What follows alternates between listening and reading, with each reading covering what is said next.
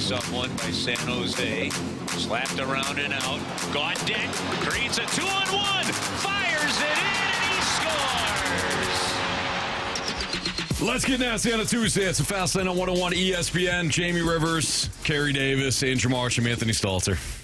I was just thinking, should we bring the, like, you hear it that way, they score, and then let's get nasty, and it's like excitement. My bad, guys. My bad. No, that's fine. I don't know who makes the opens, but man, that's a downer. Sorry, guys. I was more measured with my let's get nasty. Yeah, but it's still. I wasn't even excited to say it. Yeah, when we say let's get nasty, it's like nasty, and it's like let's get nasty. Yeah. It was more like business with like it just 20 seconds different. left and didn't get a point. Let's get. What? That's what happened. You're not wrong, but it still doesn't mean it doesn't hurt. Oh, we could have started with the Cardinals.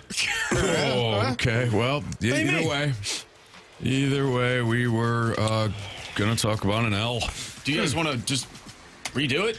No, I don't think it's worth redoing. Okay. I think it is, actually. You Hear me out. do? What do you? So do you want to set a tone? I say we don't go with the audio. We just come back with our regular music, and then we hit the let's get nasty. And then we can take it in any direction because our energy levels will be up higher. Yeah. Okay, so you want like the regular tone setter. Yeah. Okay. All right. Without the audio coming in, because that kind of was a. That was Yeah. Debbie Downer. Yeah. It did lodge in the air, and then I got more business. My fist pump was like, I didn't even give a fist pump. I was just see. That's on me, guys. No. It was the last second thing. Marshy, it is, but that's okay. It is, but that's okay. We can recoup this. We're gonna redo it. We're gonna make it right. Let's go. Are you ready? Let's go. Let's go.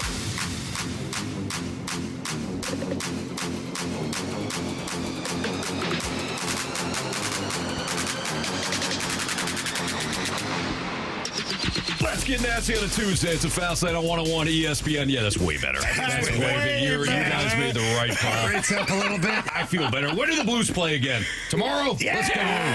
Let's go, baby. Let's go. Got the Kings tomorrow night. Pregame at 7. Puck drop at 8. And they get a rebound, guys. They get a rebound because last night, not great. Not great in San Jose. Macklin Celebrini had 2 goals and an assist to surpass 100 points for the first time. Yeah, he is. In his NHL career. You heard in the previous Open, Chris Kerber on the Blues Radio Network talk about the Adam Gauntlet game-winning goal with 22 seconds remaining in regulation as the Sharks knock off the Blues 5-4. Well, what happened to that defense? Jamie. What? His defense has been great. Goaltending, great. Yeah. Last night, five goals allowed to the Blues, or to the Sharks. Yeah, well, last night, a couple of the goals were not the goalie's fault. There's a couple of bad bounces, let's be honest. Mayu had some bad luck, didn't he? What? He's got like he was like a magnet last night. He's a puck magnet. Like the puck finds him, and then it finds the back of the net, and it's got to be the worst feeling in the world because it's happened multiple times. One time it went off his stick. Last night I think it went off his hip. Joe Hofer is going like it's got to be. It's got to be a bad feeling to the 2 first goals are off of Mayu, I believe. And then the 1 goal goes off his skate to Celebrini, who scores. Yeah. Tough one. Tough one for sure. But they did have a point right there in the grasp. And they pissed it away. It's like having at the very least, a game that, you can win. You just have to hold on to the basketball or puck or football and just make sure that you don't get the basketball blocked or the puck blocked or a turnover and some freshman hits a 3, or a rookie or second-year player scores the goal. Imagine being in like field goal range to go to the Super Bowl and you throw a pick. That's tough. Yeah. That's tough, especially when you got a legend at QB. Yeah. Now, granted, he had a bounty on his head. But, hey. Allegedly. We don't know who the bounty was actually on. We don't know that there was a bounty. It was thrown across his body. You're not supposed to do that. It's not certain. No. Nobody knows for sure. Things change Friday. Things did change Friday. See? We like one side of that alleged bounty gate. All right. So, It just hit me. I'm like, Friday. I'm like, oh, now I know why. You know what? Actually, it's the Vikings' fault. Yeah, man. He should have been standing there. Yeah, they should be playing the game with their head up. Yeah, exactly. Absolutely. See what's coming. Anyways, other takeaways from last night's loss. I mean, this one certainly puts a damper on where you are right now because Jamie, you broke it down. I mean, the odds of them making the playoffs it's still a long shot going into that game, even if you got a win last night. But the fact that they traded blows with the Sharks all night and eventually, tie it 4-4. How about Cam Fowler? Yeah! Marshall fired up. He likes the storyline of Cam Fowler. Well, you get that. He's got a goal. But I thought overall, it's one of those deals where I'm pleasantly, I don't even want to say surprised. I'm thrilled with where how the Blues fought back. The depth of the scoring continues to be there, but unfortunately, they dug just such a big hole that they're not going to be able to get out of it in time to still make the playoffs. Yeah, I don't think they can. Now that could change. Like if they beat LA, beat Anaheim, and then somehow beat Colorado 2 in a row, they're back in it. Mm-hmm. I mean, it seems easy enough, right? But you know what? It has been done before. Anaheim's playing pretty good hockey, although they're a little all over the place. Got some injuries happening. LA, who knows what the hell they're doing. They don't seem to want to win it either. Mm-hmm. But then Colorado is obviously a monster in this, not only the division, but the conference and the league. So those are 2 huge games. Whereas before you wanted to win San Jose, LA, Anaheim, and then if you give back one or even both of the Colorado games, you're like, okay, well, we'll figure it out. Now you got to win at least one, preferably 2 of the games against Colorado. Right. It's unfortunate. Yeah, I mean, it is. Marcy was talking to me. Hand signals. I had to give the indicator first. Right as the ball. Hit and run. Yeah, right as the ball was going to Carey. Carey was getting some last-minute instructions from the bench. Yeah, man, I think that we are in a situation, again, I'm just looking at it, there are 5 teams in front of the Blues right now for that final wild card spot. Is it impossible? No. Is it probable? No, probably not. No. Yeah, it's we've talked about it in the past when you are only a few points back, but there are so many teams in between where you need to be in order to make that final wild card spot or make the playoffs. I think the task becomes that much more difficult. And last night was just a missed opportunity. You were, again, 20 seconds away from getting at least 1 point, and then you get 0. Mm-hmm. And so you think about, what was it, 3 Dallas games that happened? This game here. I think there's 6 games this year that the outcome has been decided in a negative way underneath the 1-minute mark. That's 6 points right there at bare minimum. So, I don't like it. If you can just finish the game and find, and I hate ties, Jamie. Not the ties you wear around, but ties. No, you're the guy that liked the tie in the NFL. Well, that's where football, nobody gets Jamie. points. That's Might as well football. have not even played the game. Wow. You don't get rewarded for tying. But if you're going to have a tie, at least have something, though. Yeah. Did you win the game? That's all that matters. Actually, the Green Bay Packers did get rewarded for tying because I believe if they would have lost that game against Dallas, they would have been out of the playoffs. Yeah, I actually think ties work out in the NFL for the team that ties more times than not. Works out better in the NFL. I mean, you're much better than a loss. Piece of garbage. You know that? Marsh, any thoughts before we move on to a little baseball? Because we got to get into that misery too. Yeah, obviously a disappointing loss, but I mean the team, the way that they clawed back into that game, you get a late period goal, and then Cam Fowler ends up scoring to tie that game. It could have been a situation where we're not even talking about them losing 20, with 20 plus seconds left to go in the game. They could have lost by a few goals. So for this team to claw themselves back into that game with where they are at, I thought that was pretty impressive. So that's the positive that came out of last night. My positive that I took away from it, you got 5 goals from the defenseman last night. Sorry, 6. Or 5, yeah. 5. Why you got to do that? Yeah, 5. No, I know what you're doing. What? I don't like it. You got 5 goals from the defenseman. 4 that you like, 1 that you don't like. No. 3 that you like. Yeah, and 2 that you did. 3 like, yeah. Right. It's 5 goals, man. You know what, Carey? The defense was playing well, man. The goals that go off of Logan Mailloux into his own net don't count for him. It would in soccer, though. He would be leading the team in Own goals. He would be leading the team in regular goals at this point. No, it's just bad luck. I like it. No, it's not his fault. This is not a knock on him. This is really bad luck. Is his face after the last one? He was like, "Oh my God, are you again?" Freaking kidding me? It's bad luck. I know that is an awful feeling because you leave your goaltender out to dry. But your goalie doesn't want to out you. Yeah. But instinctively, they look at you like right away, and then they'll look away because they don't want to be a bad teammate. Like Patrick Waugh and like those guys would do it, like stare you down. Like, did you really? Oh yeah. Like really? You did that? Really? Get the hell out of the way. Get the hell out of the way. Mm-hmm. But like most goalies be like, look, wait, like it's a reaction. Quick, be like, don't look at him. Don't look at him. He felt awful, so yeah. I'm joking, but it is just bad luck for him. Just finds the net. Biscuit texted in, said this is the fault of Andrew Marsh, and that's in all caps. Marsh had to open his mouth yesterday talking about how the bounces were finally starting to go the Blues way. You did note that, yeah. Wow, that's tough. You did. I did say that. You are to blame. Mm-hmm. At least the Sharks picked up a victory on Anthony's birthday. But I had the Blues in the bet the board. You did. That was a nice little cover. That was. They call that the clean alibi. I don't. Nope. I wanted the Blues to win because Marsh is about to win our birthday month of bet the board, and I don't like that. You all let him not do his parlay, and that's your fault. Would have missed the second part of it. It's his fault. Are you kidding me? I got nothing. Shut your damn mouth. Rule number one. Don't talk. You know that. Today is the final month of March, though. I have gathered that. Final day. Yeah. Final day. Oh, yeah. Jeez. I can't even get that right. I can't even get that right. Heck, if that's going to happen, we're going to do a lot of different things tonight. Yeah. Be a Freedom Friday every day. Freedom something. Yep. All right, it's Fastlane on 101 ESPN with Andrew Marsh, Carey Davis, and Jamie Rivers. I'm Anthony Stalter. 2:14. Your time check brought to you by Clarkson Jewelers, an officially licensed Rolex jeweler.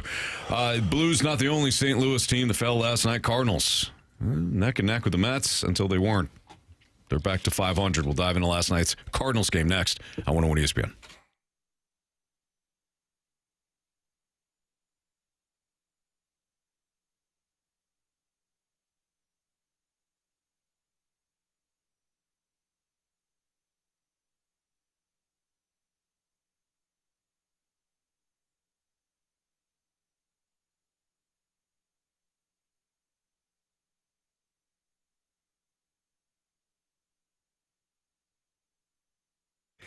Big hits get even bigger with Dinger Tuesdays on FanDuel. Customers choose their own reward every Tuesday to use on MLB bets. How will you play your game? Option 1, the bet reset. Use this on your wager and you'll get refunded in bonus bets if your bet loses. Or option 2, a 50% profit boost. Make your bet, activate the profit boost, and if it hits, that's extra winnings at no extra cost. Make your choice, and the reward will be ready to use on your next MLB bet.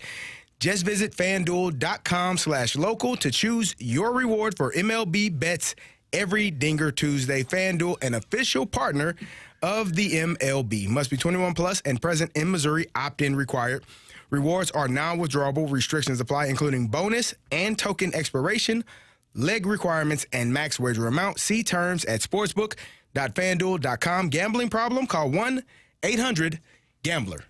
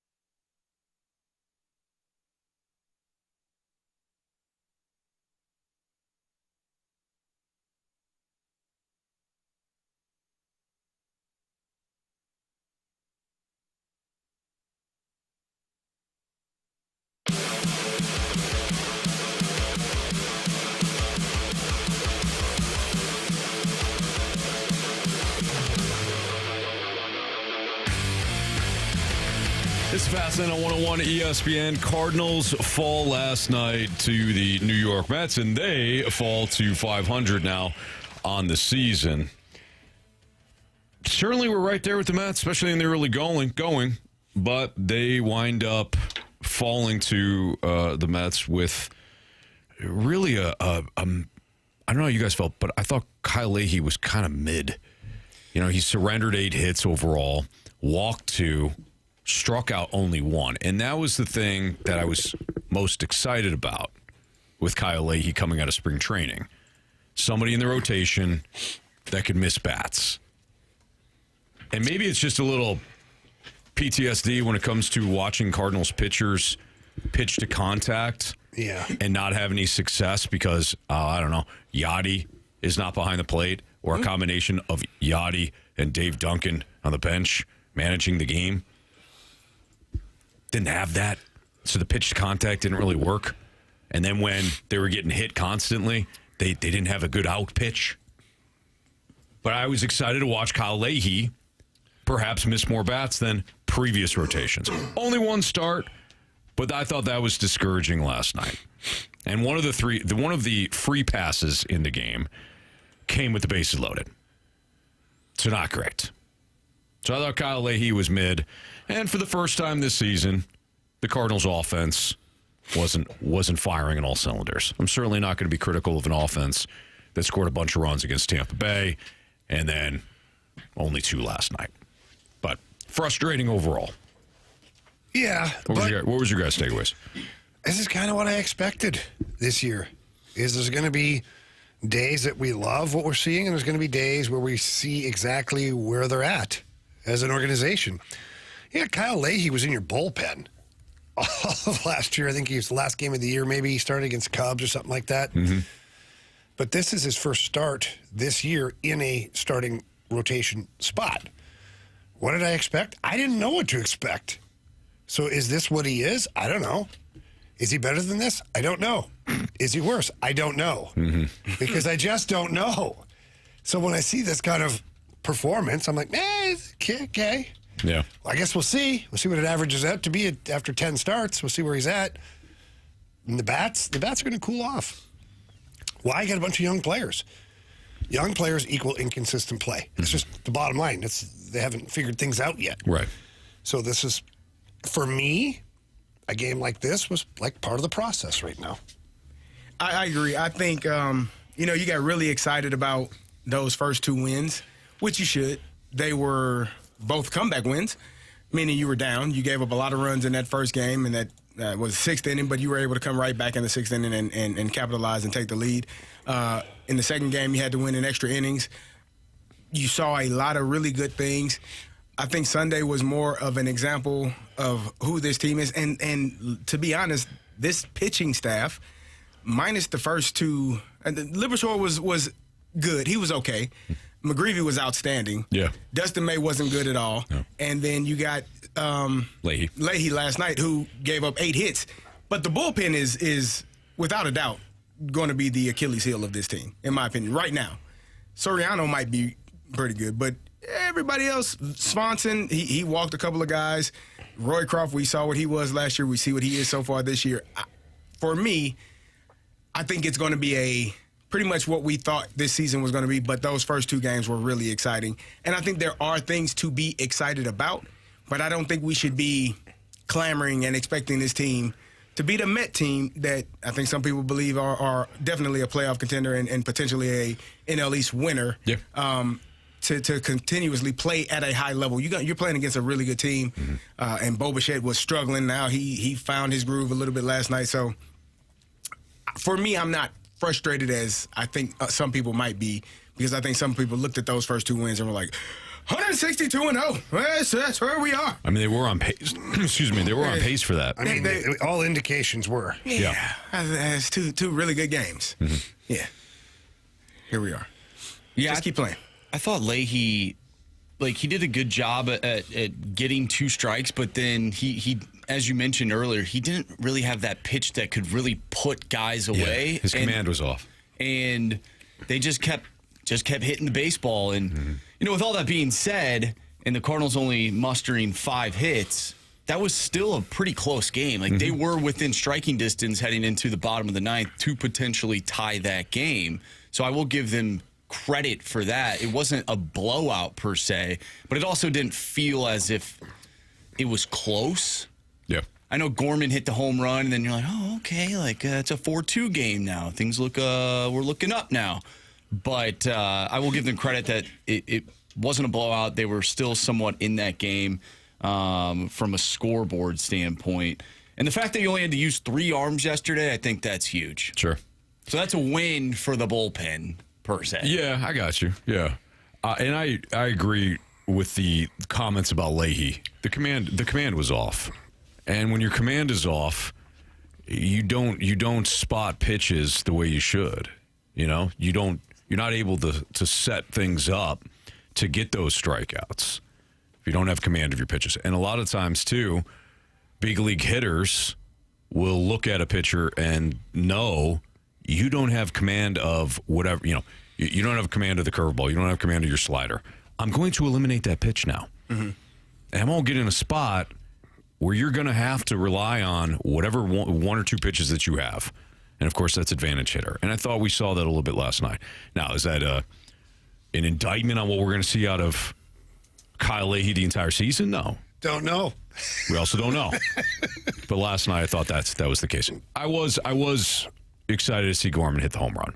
Yeah, it's two in a row. Thus far, you have seen the power from this lineup. That was one of the bigger not the biggest, but one of the bigger question marks coming into the season. Where the hell is the power going to come from? Well, Gorman's got a couple of home runs. Walker's hit one. Weatherholt has hit one. Burleson has hit one. Mm-hmm. Thus far, through 4 games, the power hasn't really been a problem. And typically, power doesn't. The weather will start. I know it's been probably unseasonably warm here, but once it gets to the summertime, the ball really starts to fly here. So some of it's good. Not all of it's great. We got lineup game next as the Cardinals continue their series against the Mets. Again, we'll play the lineup game. This is your guys' first opportunity. Yeah. Oh, yeah. We haven't heard the Sounders. Haven't heard nothing. You haven't heard anything. Nothing. Lineup game next on 101 ESPN.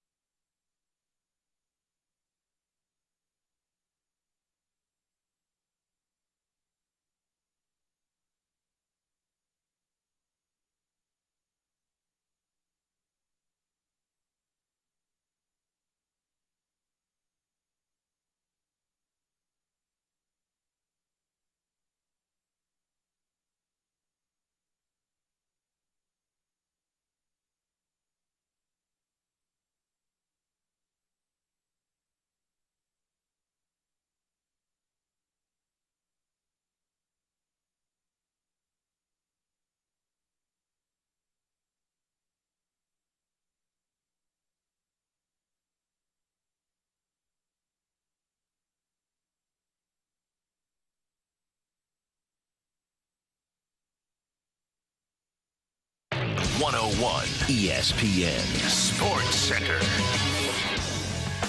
I'm Andrew Marsh. It's time for a Sports Center update brought to you by Saliga Heating and Cooling. The Blues fall to the San Jose Sharks by a final score of 5-4. The Sharks scored with a little over 20 seconds left to go in the third period, so the Blues do not pick up a point. They still are 4 points out of that final wild card spot. They'll take on the LA Kings tomorrow. You can listen to that game right here on 101 ESPN. Pregame starts at 7. Puck drop is at 8. The Cardinals took on the Mets last night in game 1 of that series. The Mets won 4-2. Andre Palante will toe the rubber tonight for the Cardinals, going up against Kodai Senga. The lineup is out for tonight's game, and we will play the lineup game next. I'm Andrew Marsh, and this Sports Center update is brought to you by Saliga Heating and Cooling, a Daikin heating and air conditioning dealer.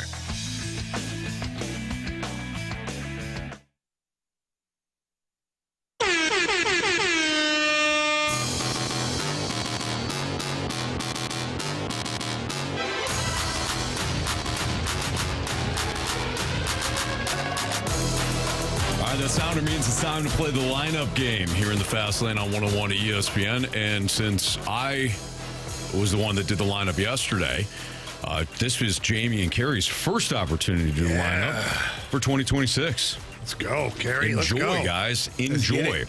All right, so tonight, as the Cardinals continue their series against the New York Metropolitans, the Cardinals will send Andre Palante to the mound against Kodai Senga, which you just heard Marsh say in the Sports Center update. Senga, a right-handed pitcher.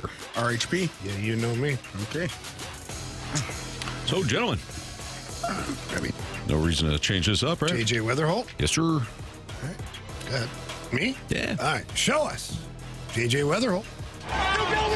What's the best kind of firework to buy? Wouldn't you like to know, weather boy? Oh, I like that. Very interesting. So this has been Ivan Herrera, I believe, for each game thus far. Yep. You all okay with that? I'm okay with it. Show us Ivan Herrera. What's your favorite position? Designated hitter. That's cool with me. It's not my favorite, but I'll do it for you. Okay, that's awesome. I like that one. This has been Alec Burleson. So Yeah. we're all good with Burley? Yeah. Show us Alec Burleson. He's not some magic star. What? You're insane. He's a huge star at this specific sliver of time. Oh, my gosh, Marshy. Well done. So this has been Mason Wynn. Yep. I don't know if it's still going to continue. I don't know how long we're going to, have Mason Wynn in the What's four wrong hole. with you, Carey? They don't like to go lefty back to back. We've kind of established that. Because I wouldn't have a problem going with Gorman here. But with that being said, seeing as how he's also a lefty, are we good with Mason Wynn? I am. All right, show us Mason I'm Wynn. not, but yes, I am. Right. Shortstop, that's right. Now and forever, shortstop. We aren't in the top 10. Wait. This is bull. He's the best in the business. Best arm in baseball. I'm assuming Nolan Gorman here. No reason to take him out. No, there shouldn't be. Show us Nolan Gorman. We need 38 home runs, 120 RBIs. I'm ready to go in, Coach. Just give me a chance. I know there's a lot riding on it, but it's all psychological. It's awesome. I'm ready to go in, Coach. That is Jim Carrey. Isn't it? Oh yeah, it was Ace Ventura. Ace Ventura. Yeah, when he's in the mental facility. Yeah. Walking around. Oh, man. He's a former football player. That was a good one. Halftime. Time out from the game. Time out from the game. All right, This 6. is Jordan Walker. Yep. Yep. Show us Jordan Walker. That one touched the ground. Yeah. What's going on there? I'm just fixing something that's been bugging me. Wait a minute. What have we here? This is, Take me to church. oh, wow. It has been. Yeah. Well, hang on. Take Me to Church is a lefty bat, so yes. Is he not? Yep. It's a lefty. Yeah. Yeah, you looked at me like that's crazy. I was actually just Well, trying that's to. not because you said church was the lefty. Yeah. That's just because enough. are You are crazy. Yeah. Fair enough. Very. Gotta be. Fair enough. No kidding. Take me to church, baby. Show us. Take me to church. I believe in the Church of Baseball. I've tried all the major religions and most of the minor ones. Like that. This has got to be. Come on, man. Triple P. Your guy. Yeah. The blocker. Not so much. The Pedro. Show us Pedro Pajes. Sorry, guys. Oh, So is Yvonne catching? Is Yvonne? Oh, wait. Is Maybe Yvonne Herrera is catching. Not catching? He could be. He could be. And this could be Urias. If I still Gorman say, is at DH. I still say Poso. Why? Because I don't think Yvonne Herrera's a catcher. He caught already. I know. They're gonna I split know. time. I know. They're gonna. You're gonna catch 81 games. All right, go ahead. So who do you think? I don't think it's. I don't know. So who do you think? Who do you think it is? It's got to be. What could it be? Sajasi? Is he playing? Is he No. playing third base? I don't know. He Well, if can. Herrera's catching, it could be anybody that's DHing, and then Well, I think Gorman is DH and Herrera's right, catching. yeah. okay. Well, Fair. Gorman might be. Yeah, Well, you're right. okay, so it's a JC at third then. It's a third baseman. or Urias. Urias at third, yeah. Yeah. And That's they what I do, said. and he does like Urias. Yeah. Go ahead. Show us Urias. Wait a minute. Good call. Who are you? I'm the new guy. Good call. Yeah. Victor Scott. Yep. Show us Victor Scott. Feels good going fast. I guess I was going about 65 tops. I love that. All right, go ahead, Marsh. Run it. All right, leading off, second baseman J.J. Weatherholt batting second and catching Yvonne Herrera. Batting third, your first baseman Alec Burleson. Your cleanup hitter, the shortstop Mason Wynn. Batting fifth and DHing is Nolan Gorman. Batting sixth in right field is Jordan Walker. Batting seventh in left, Nathan Church. Batting eighth, playing third base, Ramon Urias. And batting ninth in center field, Victor Scott the second.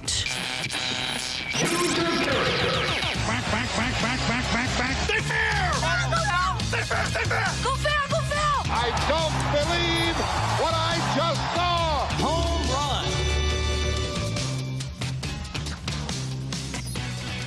run. All right, Marsh. Still you. Well, Jamie picked up 2 points last night. That's right. Oh, that's right. Yeah. Nolan Gorman. Yeah, There you go. baby. All right, let's take a look at this lineup. Who is going to hit a home run tonight? I'm going to go with Alec Burleson. That's what I wanted. Yeah. What's the score? What do you have, Marsh? I have 3 points. Jamie has 2. All right. This guy's got to stay hot. Give me Gorman. I need to know what everyone's point totals are. Like, what are they worth? It's on the sheet. I don't know where the sheet is. I never know. I got it right here for you. What? Seriously? Really? Burleson, Herrera, 1 point. Wynn, Walker, Gorman. Newt, 2 points when Newt's healthy. 3 points, Weatherholt, rest of the team. Give me Jordan Walker. Okay. I will take Yvonne Herrera. That's what I wanted, but it's only 1 point, Anthony. That's okay. Can't agree, Carey. You hit one. Toughest one to get is the first one. Yeah. Unless you're Marsh, you just do it on opening day. Take care of that right away. Take care of it right away. Is right. All right, it's Fastlane on 101 at ESPN. Tomorrow night, Blues Kings pregame at 7 o'clock, puck drop at 8 o'clock. We'll have all the coverage for you right here on 101 at ESPN. Could Doug Armstrong be the next GM of the Toronto Maple Leafs after the Maple Leafs dismissed their guy last night? What does Jamie think about that? Talk about it next on 101 ESPN.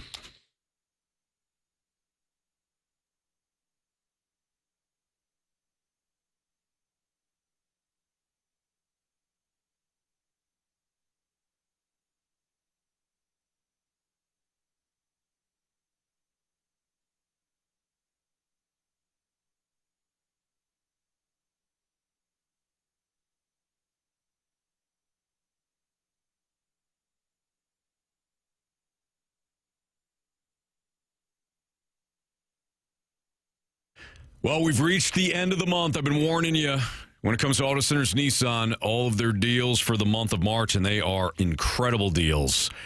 And at the end of the month, we reached the final day. Here's the good news for you, though. You can still shop online at AutoCentersNissan.com. And when you choose a vehicle that matches what you're looking for, whether it's a price standpoint, maybe it's a size, you got a big family, you want to make sure that everybody can fit comfortably. Whatever you're looking for in a vehicle, find it at AutoCentersNissan.com. They've got over 1,000 new and used vehicles there. Then hit the Claim My Buyer's bonus, and you'll get up to an additional $1,000 in savings. So you can purchase online, test drive down at Auto Centers Nissan in Herculaneum, and take advantage of some of the great deals that are going on. But you got to do so today. Don't wait. 0 payments for 6 months, 0 money down, 0% APR for 60 months. 2025 models have been discounted up to $11,000 off MSRP. So head out to Herculaneum tonight. If you're driving around now, maybe get the day off, head out there. Now's the time to get your next new vehicle. Auto Centers Nissan. Tell them Stalter sent you.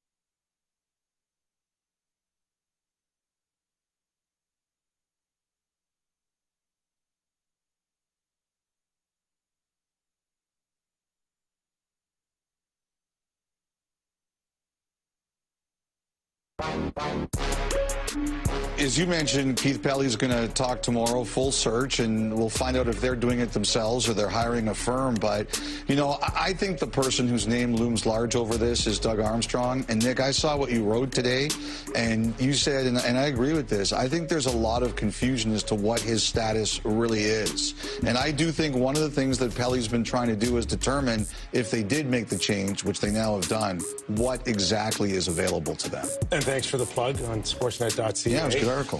But I will also say this. There are other clubs now contemplating changes as well, and you wonder if it's a bit of an arms race now to get to the top people first. Leafs got the jump.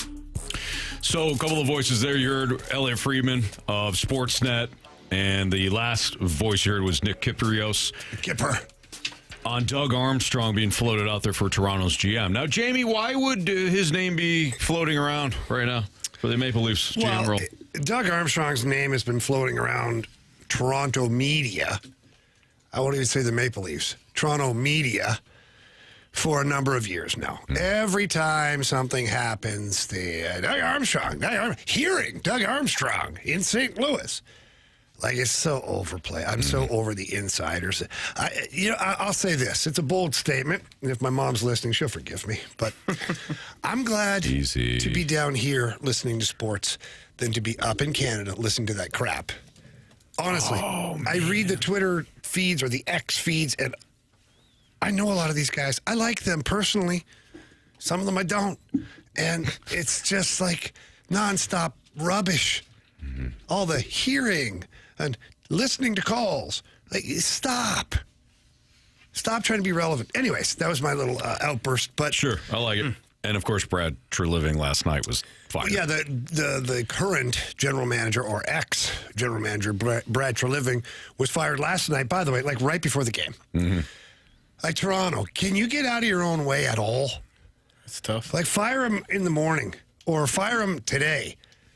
A couple things. Last night, Toronto was playing their revenge game against Radko Gudas because he's the one who hurt Austin Matthews. And right before the game, your players were all pumped up. Now they hear through the media and through their coach. Craig Berube has to go to the room and say, by the way, they just fired Brad Treliving. So let's go get him, boys.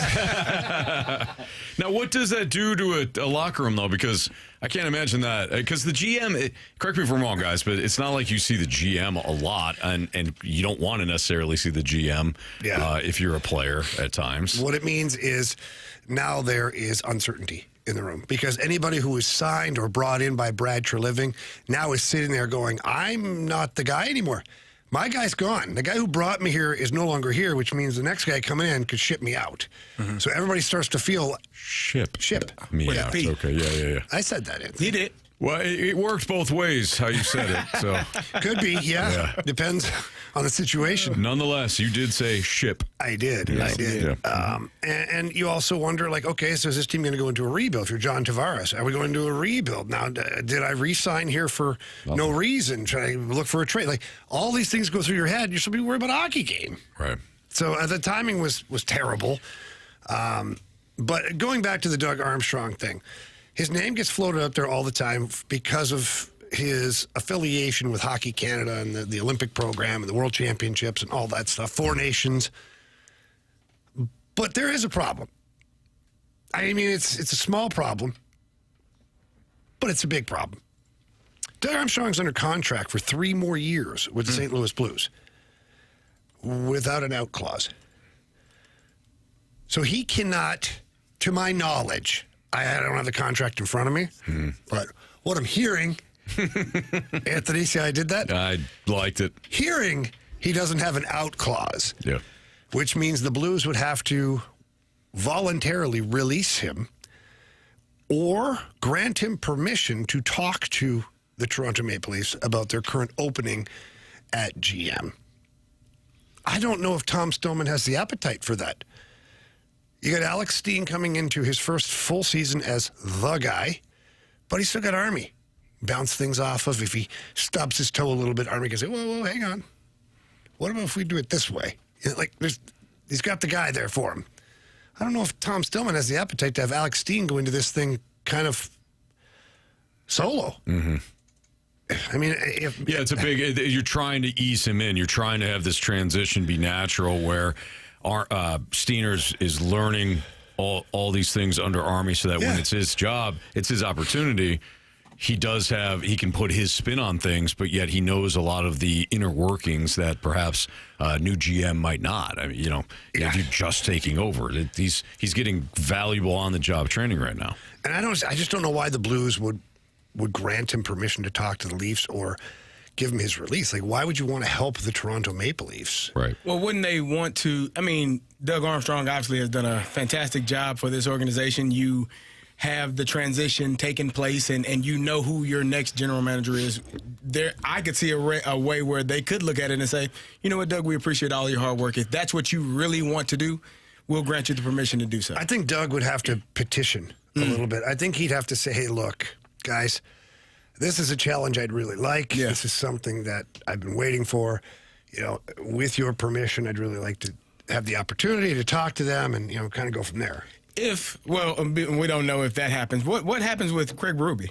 Because if Doug Armstrong does or eventually could become the next GM, you would probably assume that maybe Chief is solidified in his position. But yeah, I don't know. There have been that. talks about him being the next on the ship out. Yeah, I don't think Doug Armstrong going there automatically ends up where Craig Berube stays. Gotcha. I could see Army coming in and say, hey, Craig, fired you once. Oh, man. Come on, man. Team's got to go in a different direction. Like, if ultimately you're not happy with the way the team was handled, the way they were prepared, the systems, the power play stunk this year. Like, all these things, if you're looking at that and you go, okay, yeah, I blame the players, but I also got to blame the coaching staff. And you already fired one of the coaches earlier in the year. So... Well, and one thing Doug Armstrong has said is he wants to leave this organization in a better place than he found it. Just because Alexander Steen is stepping into that role doesn't mean that Doug Armstrong doesn't have his fingerprints on this roster in some capacity. And you bring in Jim Montgomery, I feel like the timeline would ultimately serve Doug Armstrong well to stay with the Blues and see this, whatever you want to call it, see it out until the Blues are a competitive team again that can go for a Stanley Cup. That's what I would assume. And I think, Jamie, you're spot on with people up in Canada. I mean, they just like floating things out there. Oh, yeah. Some of them are true, some of them aren't. Who knows? But I'd like to see their batting average. Meaning, are they batting 300? That's Hall of Fame level, though. How many things? I'd like to know how many things they throw out there that actually are true, like to come to fruition. Right. And how many are thrown out there that don't? I don't know if you know this or not, but if you say it enough, it means it's happening. It's true. Yeah, that's not true. Nah, if you say it enough, it's true. No, I don't know. People will believe you. I say a lot of things. If you say something enough, you have enough people believing that it's true, and then it actually does become true. Sorry that's the way the world works, and you all don't know that. Yeah. Dang, Carey. That's incredibly wrong. But it's incredibly wrong, kids. Incredibly wrong, kids. Turn the dial right now. No, don't do that. It's a unique situation to where, it maybe, and you look at the Toronto Maple Leafs, and the only thing I can compare them to is like the New York Yankees. So if the Yankees job becomes available and Chaim Bloom is under contract, does he want to go be a Yankee? Like, I don't know. Like, it's just an example. Like, so for Army, does he want to go be a Toronto Maple Leaf? Is that the last step for him in his career where he wants to see how he handles the massive market that is Toronto, the media, the massive chore of getting this team back into a Stanley Cup final?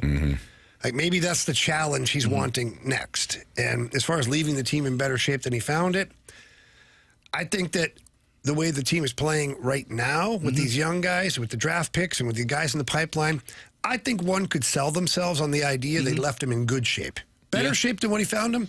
Tough to tell, but definitely left the team in good shape. Well, and with the Toronto Maple Leafs, their history, of course, I think Doug Armstrong could stay here for the remainder of the contract and probably have another opportunity to go to Toronto with the way that things have been going up there. You're not wrong. Yeah. You're not wrong with that. Yeah, the way that they have struggled, that's a good call, Mark. But to put a bow on this, Doug Armstrong has a 3-year deal in place.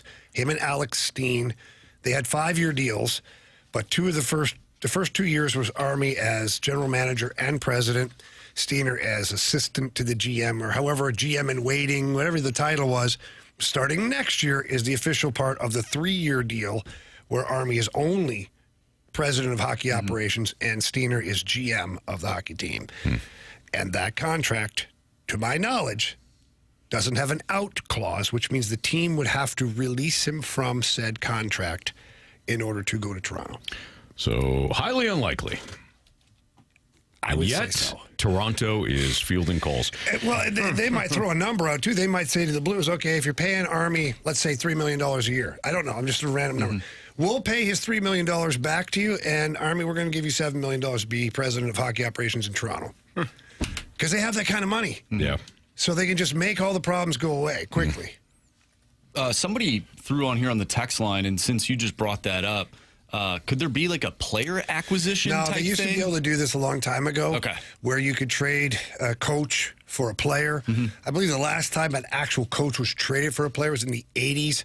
It was Michel Bergeron, who was coach of the Quebec Nordiques. He got traded to the Rangers for a draft pick and some money, I think, because the Quebec Nordiques were starving for money. This is before they started their downhill slide and became the Avalanche eventually. I think they got like $100,000 or something back and a player. But there has been some compensation in the past where coaches have left and then players have to go back in return. It's not an official trade, but Gary Bettman put in a rule a couple of years ago, 3, 4, 5 years ago, to eliminate this kind of thing. So, that's not a possibility. Didn't Gruden get traded? Yep. Yes, he did. Well, Sean Payton got traded to Denver. Yeah. He got the Raiders got a first-round pick for him. Wow. Do you know who that ended up being? Who they turned that into? That's a good question. Well, What? Come on. What? Well, you don't know that. Yeah, I do. Look at the team. It was like 20 plus years ago. Pretty good Max guess. Crosby. No, maybe not. Let's see here. No, they ended up canceling that. Tampa Bay's 2002 and 2003 first-round picks. Oh, okay. I thought you meant when he got. Never mind, because he got fired from the Raiders. He got fired by the Raiders. That was in his second he go was around. Yes. All right. So here's the compensation. I had that wrong. Tampa Bay's 2002 and 2003 first-round draft picks, 2002 and 2004 second-round draft picks, and $8 million in cash. Man. Holy smokes. Yeah, they won the trade, though. They won the Super Bowl. They did. Yeah. I mean, it worked out in the end. Let's see what the compensation I want to see was what they here. ended up getting. 2002 and 2002 and 2003. Is that what you said? Yeah, but they must have made deals. They got Phillip Buchanan, the cornerback, out of Miami, but it says from Atlanta, so maybe they made another trade. Yeah, Atlanta traded this selection to Oakland for Oakland's first and fifth round draft choices. So they used one of those picks to move up. And then in 2003, the Raiders selected. They got Nnamdi Asomugha. That was a good pick. And Tyler Brayton. Oh, yeah. B money. Tyler Brayton was the Tampa Bay pick. They went back-to-back 31-32 because they went to the Super Bowl, obviously. Who the hell Tyler Brayton is? He's a defensive end from Colorado. You know that old tale from the sea. All right, it's Fast Lane on 101 ESPN. Is Nolan, Gorman, and Jordan Walker's early production real? I say yes. These guys say no. What? We'll debate it next on 101 ESPN.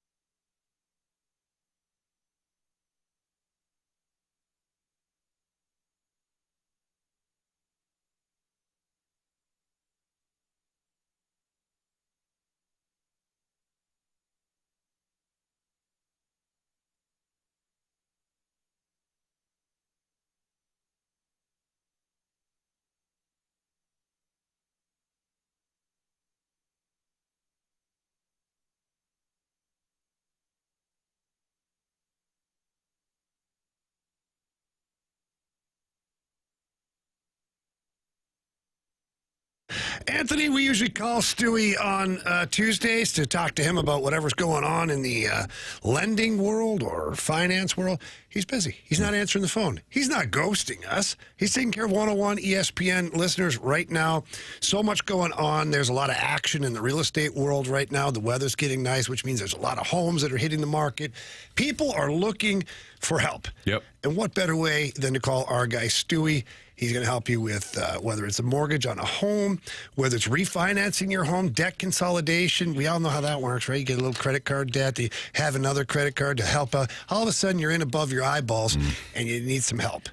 All you got to do is call Stewie. Yeah, don't have any more sleepless nights because you think that you can handle the situation yourself, and all of a sudden the problem's worse. Call Stewie, pick up the phone, give him a ring, and tell him that Jamie and Anthony told you to do so because he loves hearing that as well. But when it comes to Stewie, Jamie, you had listed a bunch of reasons why to call him. Here's one more. He'll save you money. I don't care what you're doing. Yeah, true. He'll save you a bunch of money. Home loan, refi, debt consolidation, whatever it may be, he's going to save you a bunch of money, and he's going to do it for you. Oh, he's just going to say, here, I need this information. Sign here. Yeah. Here you go. Here's your money back. Yep. That's what Stewie's all about. Our guy Carey has used them. We have sent friends to him. Listeners will text and say, "Hey, thanks guys for recommending Stewie." You will not regret calling Stewie at 314-324-4440. 314-324-4440. Or Googling the bagel loan if you missed that number. NMLS number 226715.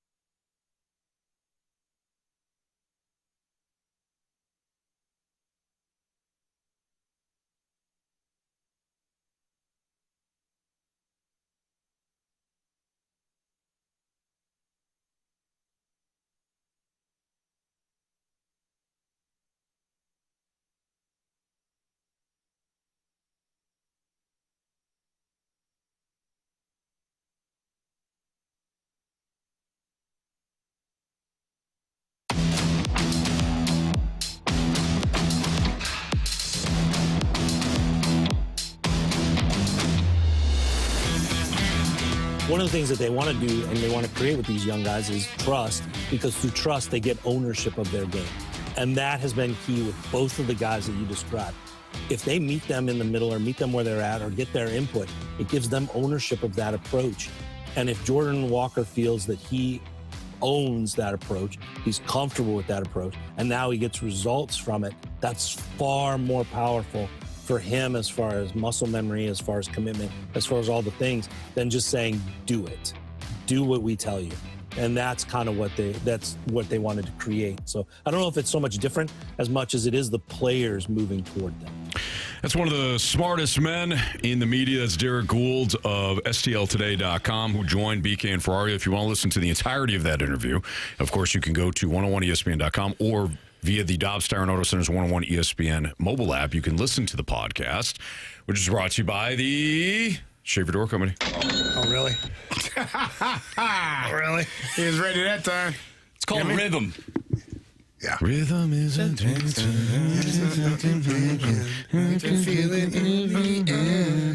Speaking of feeling it, Gorman and Walker feeling it at the dish right now. I like what Derek said about providing perhaps some guidance, but then also having those players take ownership in their own developments.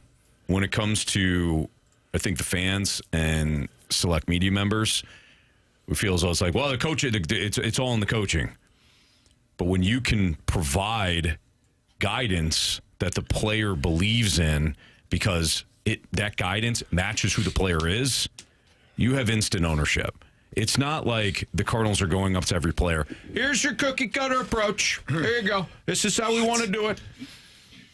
Foot down, checklist, shoulders, but that's not the way it works. And separate. Right. It's not the way it works. No? No. Okay. Plus, it allows, and Derek, I think, was alluding to this, it allows Jordan Walker to self-correct when he does get out of whack, or Gorman to self-correct when he does get out of whack. Now, is the production real? The early production of these guys? I don't know. We already knew Gorman had power. Mm-hmm. We have seen Walker in flashes do what he's done thus far. The point about being real or not, it's about consistency, CD. I think the thing with Walker that is very impressive, obviously he's hitting the ball, he's hitting it well, but he's also seeing the ball. He has a couple of walks. He has less strikeouts than he does walks at this point. Mm-hmm.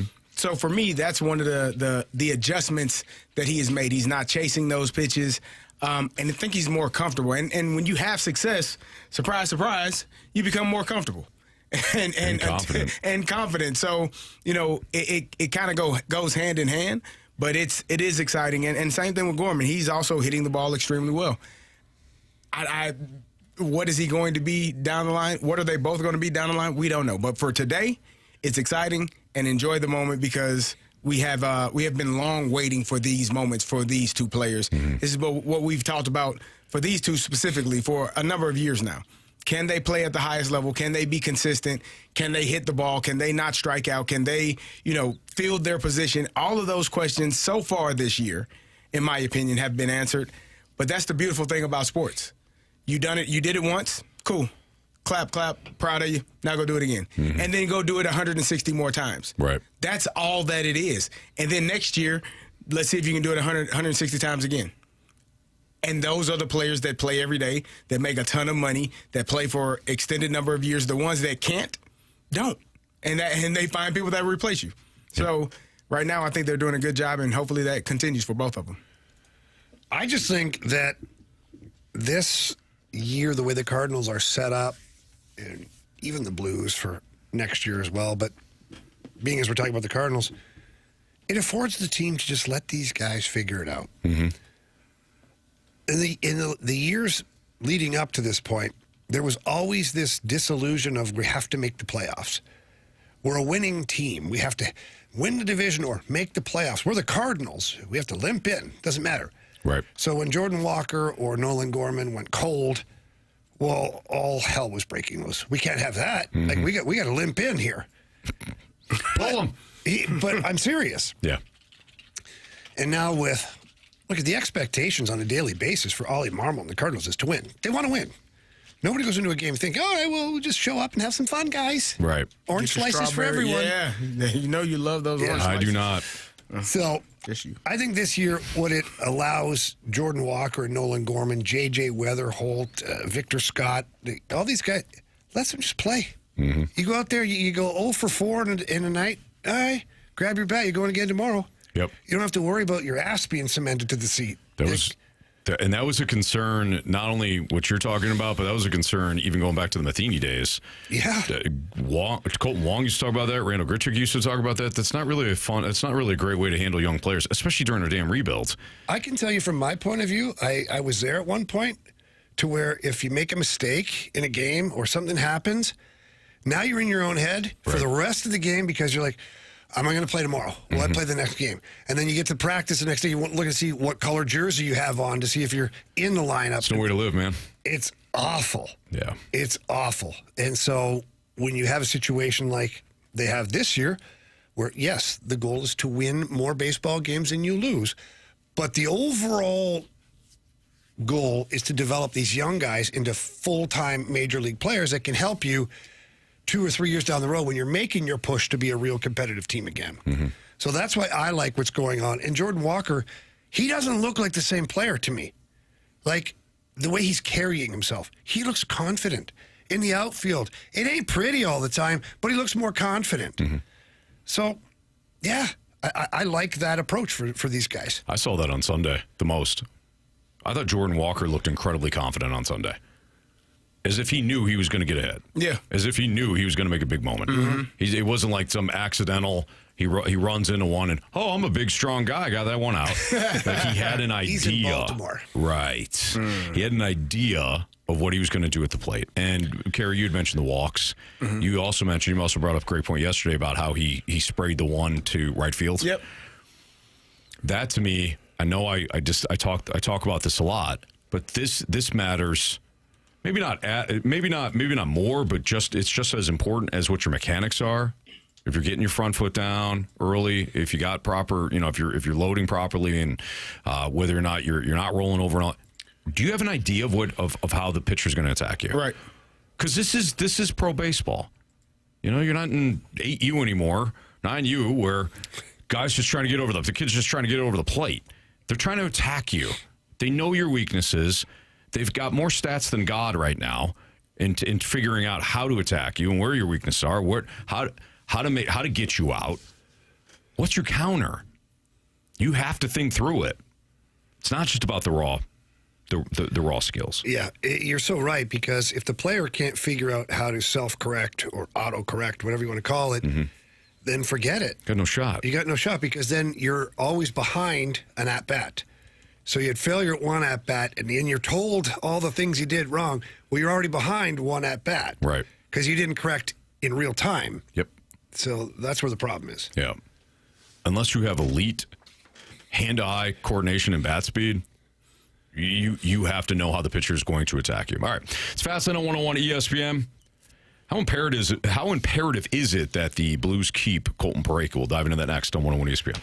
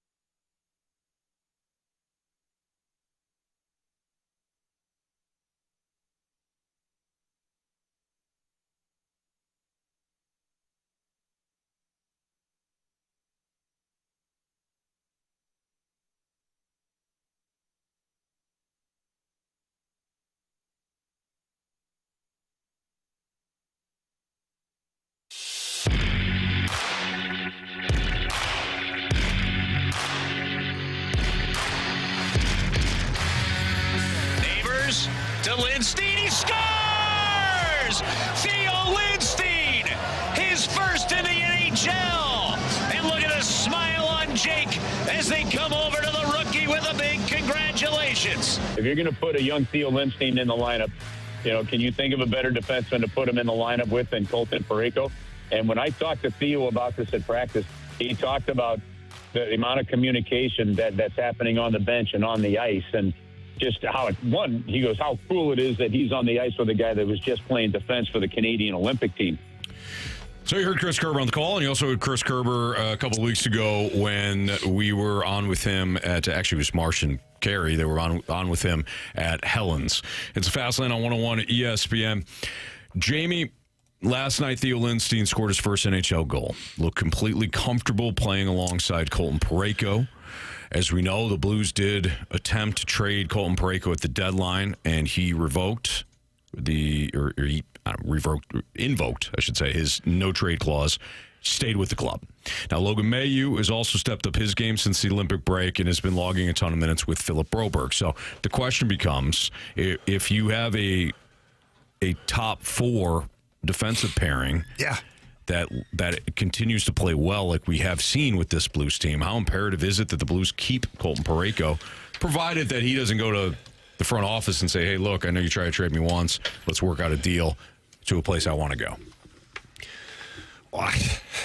I know he wants to stay, but you know what I mean. Yeah, no, who knows? I don't know. I haven't talked to Colton about it. Quite honestly, it's none of my business. That's the way I look at it. There's going to be enough people in his ears wanting to know what the heck he's doing. Sure. But yeah, I will speak from personal experience. Being a young defenseman in the National Hockey League, it is very comforting to have a veteran player as your partner. Mm-hmm. I had Al McInnes, and I taught Al everything I knew, so obviously he went on to bigger, better things. But he had a great career. I think you should. Yeah, it really spiked after being my partner. I don't think there's any doubt about it. Yeah. Stats will indicate that as well. But yeah, the only time he won a Norris Trophy, Anthony. That's it. Partnered with me. Yep. I don't know if they just felt bad for him.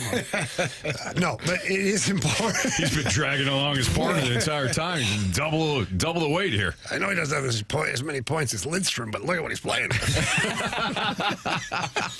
It's not fair to you. Maybe. But no, as a young defenseman, it's very reassuring to have a veteran guy that you're able to play with because they help you. They teach you little tricks. I'll never forget learning from Al McInnes how to play a 3-on-2 to where you basically eliminate them every single time. And I went on then to spend my whole career playing a 3-on-2 the same way and teaching guys I played with how to do it. And there's always a light bulb, oh my. Yeah. Because you basically turn it into a 2-on-2 where the third guy becomes irrelevant because he's offside. Yeah. And, why didn't I think of that before? Well, because you're not Al McInnes, But little things like that. So there's little things that, Lindstein's talking with Colton Parayko, and you couldn't ask for a better mentor. Mm-hmm. Colton Parayko is one of the best dudes ever to walk the face of the earth. And the fact that he's also, a really high-end defenseman. He did play in the Olympics, played in the Four Nations. He's got a lot of experience to offer a young player. And you're watching Theo Lindstein just become a great player, man. You're seeing exactly why he was a first-round pick. You're seeing exactly why the Blues were so amped up about this guy. His confidence is through the roof. And you can tell that because every time he's on the ice, he's wanting to contribute offensively. The first thing you do when you break into the NHL is you don't want to get burned. So you almost play the game with a shot collar on to where you're like, I shouldn't be up here. Now, that wasn't my problem. When I first got to the NHL, I was like the other way. Like, someone put a shot collar on it. Where's the shot collar? And I had to go learn how to play defense in the minors. That's wild because you were a defenseman. Yeah. Rover, as my old coach in junior, Glenn Murkowski, used to say, we have a rover and a right defenseman. That's funny. He's like, Jamie, how many times have you seen your goalie today? So I'll see him at the end of the game when I'm patting him on the head. But, Jamie, goalie, Jamie. Now, Jamie, you're actually supposed to know him a lot better than you do. You know the other goaltender much better. Much better. Yeah. Correct. Yeah. He wasn't unhappy we were scoring goals, so, True. Pick your poison. But no, Theo Lindstein is playing a very confident game right now. So happy to see him get his first goal because that first one seems to be difficult sometimes. And then once you get that first one, watch him play now. Watch how many times he shoots the puck now. He's not going to be looking to pass. He has the shot. He's going to take it because he knows he can score now in the National Hockey League. Mm-hmm. And it's fun to watch, man. He's a hell of a young player, and he is just, barely scratching the surface. He's still a child. He doesn't have his man build yet. Just wait. Yeah. Philip Broberg is just slightly older than him, but Philip Broberg's got more of a man build. He's a little bit bigger. He's still a slender guy, but you can tell he's further along in the maturation process. Where Lindstein is still, it looks like he could go to high school. And you're like, oh, you cute little guy, Get him in a headlock noogie. I don't know if you want to do that. No, I wouldn't do that, of course, at all. But I'm excited for the future. Is it fair to say that this offseason is probably one of the most important that they've had, last 5 to 10 years, based on where we're kind of in the same spot we were last year? You played well. You played outstanding after the Four Nations. You found a way to make it to the playoffs. This year, you're playing outstanding after the Olympic break. You're knocking on the door for an opportunity to make it to the playoffs. But you can't get fooled again. No, right? No.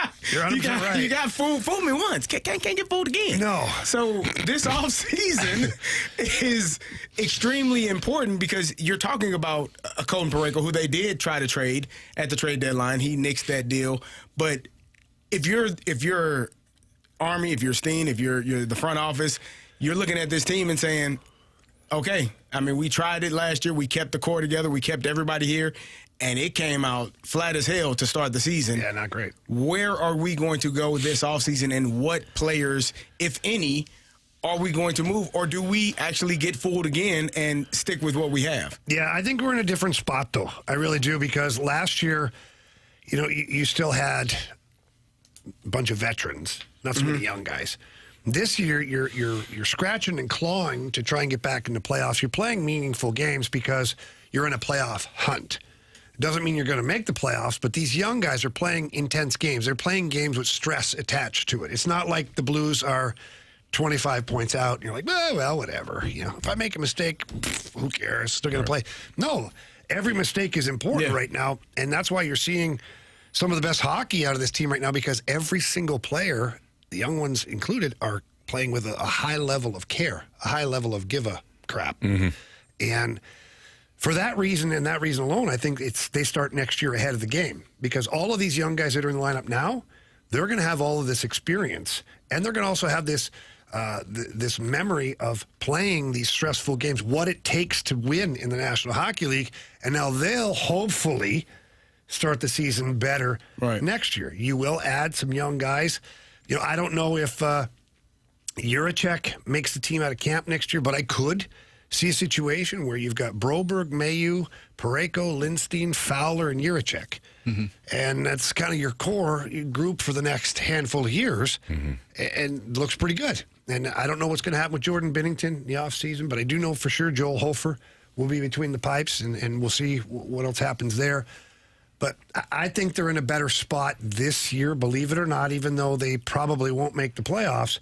But they're in a better spot this year to start next season. Yeah, and they've shown signs of hope. And we talked about the team playing better defense. I know last night it is what it is. But I think the team has played better defense compared to what we saw at the beginning of the season. And I feel like if you decided to try and move Colton Parayko again, you lose a huge element to that back end. I don't see. I understood why they tried to do it at the trade deadline to a degree, but new information, right? Colton Parayko needs to be on that blue line next season because of the way he plays, his contract, and all of the other younger pieces that are playing defense. You need someone like Colton Parayko. Well, Colton Parayko, just to put things in perspective here, he makes $6.5 million. When he signed that deal, that was a pretty lucrative deal for a defenseman. Now, looking at the cap, looking at other players around the league that make $6.5 million, this is a joke. You have an Olympian defenseman for $6.5 million. and you've got him under contract for 4 more years following the end of this season. Sure. What you do, year 3 and year 4, whatever.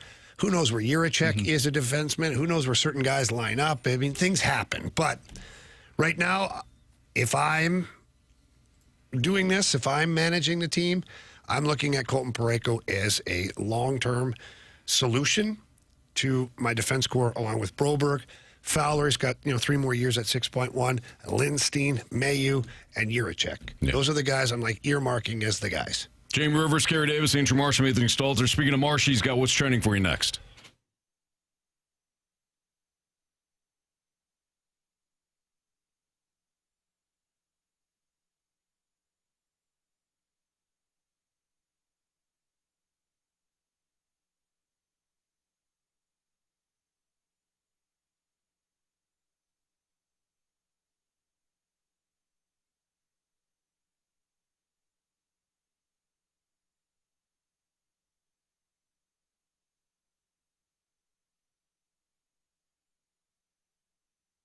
Anthony, Jamie just talked about having a man build. Like when we were 25, we had a man build. You want to get that man build again. You want to feel like you felt when you were a younger person. And I know you told me what to do, and I did it. I went down to Mentality. I went down there to Chesterfield, 2 great locations, one in South County, one in Chesterfield.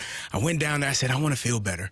I'm tired of being lethargic. I'm tired of moving slowly. Yeah, I just turned 45, but I want to feel like I'm 25. So how can you help me? And the good people down there said, here's what you do. Anthony, tell them what they told you to do that you told me to do. Well, what's funny about that, CD, is that they explained to me, Mentality explained to me what was going on. How I was experiencing the low drag, the fatigue, the exhaustion. How about this? Mood swings up and down. They said a lot of these are symptoms of low testosterone, but let's draw your blood just to make sure. Make sure nothing else going on. And that's what it was. Low testosterone is also low, I think, on vitamin D. Everything that they pulled and say, hey, jump on our program. And Carey, after a short period of time, I felt great again. I felt I wanted to get back into the gym. I wanted to add another task to the weekend to-do list. And I know you have experienced that as well. Yeah, you mentioned the blood panel. They start with a comprehensive 100-point blood panel to get to the bottom of what's really going on. They talk to you about how to get better, and Mentality is about real medicine and real results, helping you feel better. So if you want to feel like Anthony does, like I do, schedule your appointment today at lowtusa.com with Mentality. That's lowtusa.com.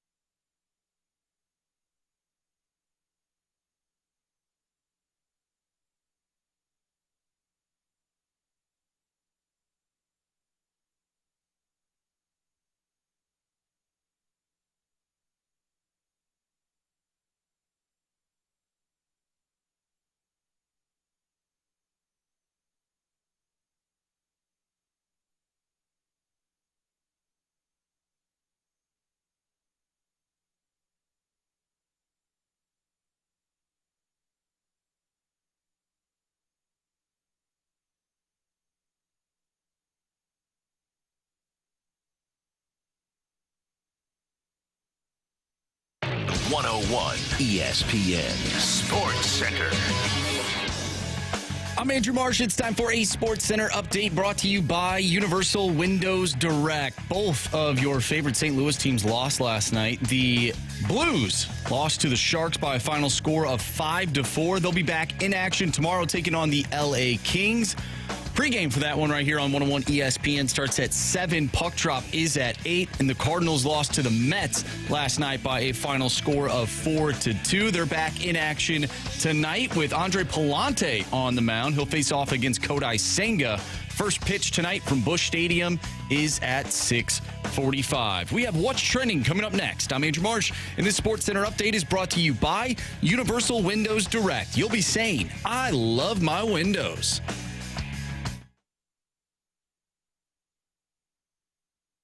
What are the hot topics in the sports world? What in the wide, wide world of sports is going on here? Here's What's Trending. Welcome to the Fast Lane right here on 101 ESPN. It's time for What's Trending with Anthony Stalter, Jamie Rivers, and Carey Davis. I'm Andrew Marsh. Gentlemen, I want to talk some football. Yeah. I don't know if you saw this, but Lions center Frank Ragnow, he retired last year. And Lions president Rod Wood confirmed that the Lions required Ragnow to pay back a portion of his signing bonus, which NFL teams are permitted to do when a player retires with seasons remaining on his contract. And Wood said that that's what the Lions always do when a player under contract chooses to walk away. And this article is from Michael David Smith. A lot of chatter about this certain situation. I know Jason Kelsey chimed in. Alex Anzalone, who used to play for the Lions, took to X. He said, and talking about Ragnow, played through a fractured throat, 1 week post meniscus cleanup with stitches barely out, inoperable, repairable toe, etc. Hey, let me get that prorated signing bonus back. Do business as business is being done. Carey, you played in the NFL. What are your thoughts on this whole situation? Not surprising. I mean, it's unfortunate. You would hope that the players that put themselves, their bodies on the line every Sunday, Thursday, Monday, Tuesday, Wednesday, Friday, whatever day you're playing on NFL, that those players would be respected when they finally say enough is enough. I understand the business side of it, but if I'm a Lions player from here on out, I will, just stay there and not play. Why not? I can't provide anything for the team. Yeah, I'm injured. Yeah. You're going to take my money anyways. Go to training camp, fall down, have a big fall, and now I'm hurt. Which is unfortunate, but that's what you will force players to do. Mm-hmm. And now you have a roster spot that, guess what? You ain't going to be able to use it. Well, maybe you can. You're going to put them on IR? Cool. But I still get my money. Yeah. So I think it's not surprising, but I think it's unfortunate. I think it's unfortunate, too, and I think that the Lions should take care of their players. The problem is they set this precedent with Barry Sanders, and it continued with Calvin Johnson. So that's the unfortunate reality. That's what their team president was talking about. So you're saying Frank Ragnow is not Barry Sanders or Calvin Johnson? No. Yeah, he's not. That's what you're saying. Yeah, so I think that's what we're all saying. So they set that precedent. Like they had Barry paid back the money, Calvin paid back the money. Now that also created friction between the player and the franchise, which sucks because you want to take care of the greats, and you want to take care of any player for that matter. So I don't think it's good business, but I don't love it. If they ask for Barry's money back, I think you're going to ask for Frank's money back. You know what I mean? Yeah, I think there's an easy solution to this, though, as I'm sitting here evaluating in my head, because, the business brain in me thinks one way and the athlete thinks a different way. And the business brain in me was like, well, you paid him money to fulfill his contract. Mm-hmm. Yes. And he didn't. That's what they're saying, right? But he didn't. He didn't play out his contract. Right. Now, the player inside me is like, well, the guy can't move anymore. Like, what's he supposed to do, right? Right. Simple solution to this one. Hey, guess what? We're not going to ask you back for the signing bonus, but you are going to work for us. Once you heal up, easy peasy, you're going to work for us. Yeah. You're going to show up at training camp. You'll be an advisor as a center or offensive lineman. You're going to be helping out there. You'll go down. You'll see some college games. We'll have you scout some things. You'll be in on some of the meetings. Mm-hmm. You will earn the bonus And that you signed for. I don't think he would have a problem with that. You will be paid because for that. now the player should appreciate that. Now you're positioning yourself for a potential second career, whether it's in scouting, front office, coaching. Like you're working in all of those fields. Exactly. And if you do it for 2 more years and say, fast lane, and I don't want to do anything, I got enough money, I'm going to retire. It's still on your resume. It's still there. So I think what's the that's number a one thing perfect players idea. have coming out of the sport? They don't have anything on their resume except for being a player. Yep. So and this will give you experience in those fields. And if he doesn't have interest in the football side, I said, that's fine. Here's our president of business operations. Is there sales? Is there events you can do? Some marketing, talks with high schools. Like, you're going to work for the Detroit Lions. And if you don't want to do that, now you can pay us our money back. Correct. Yes. Yeah. I think that's an easy solution. I'm with you.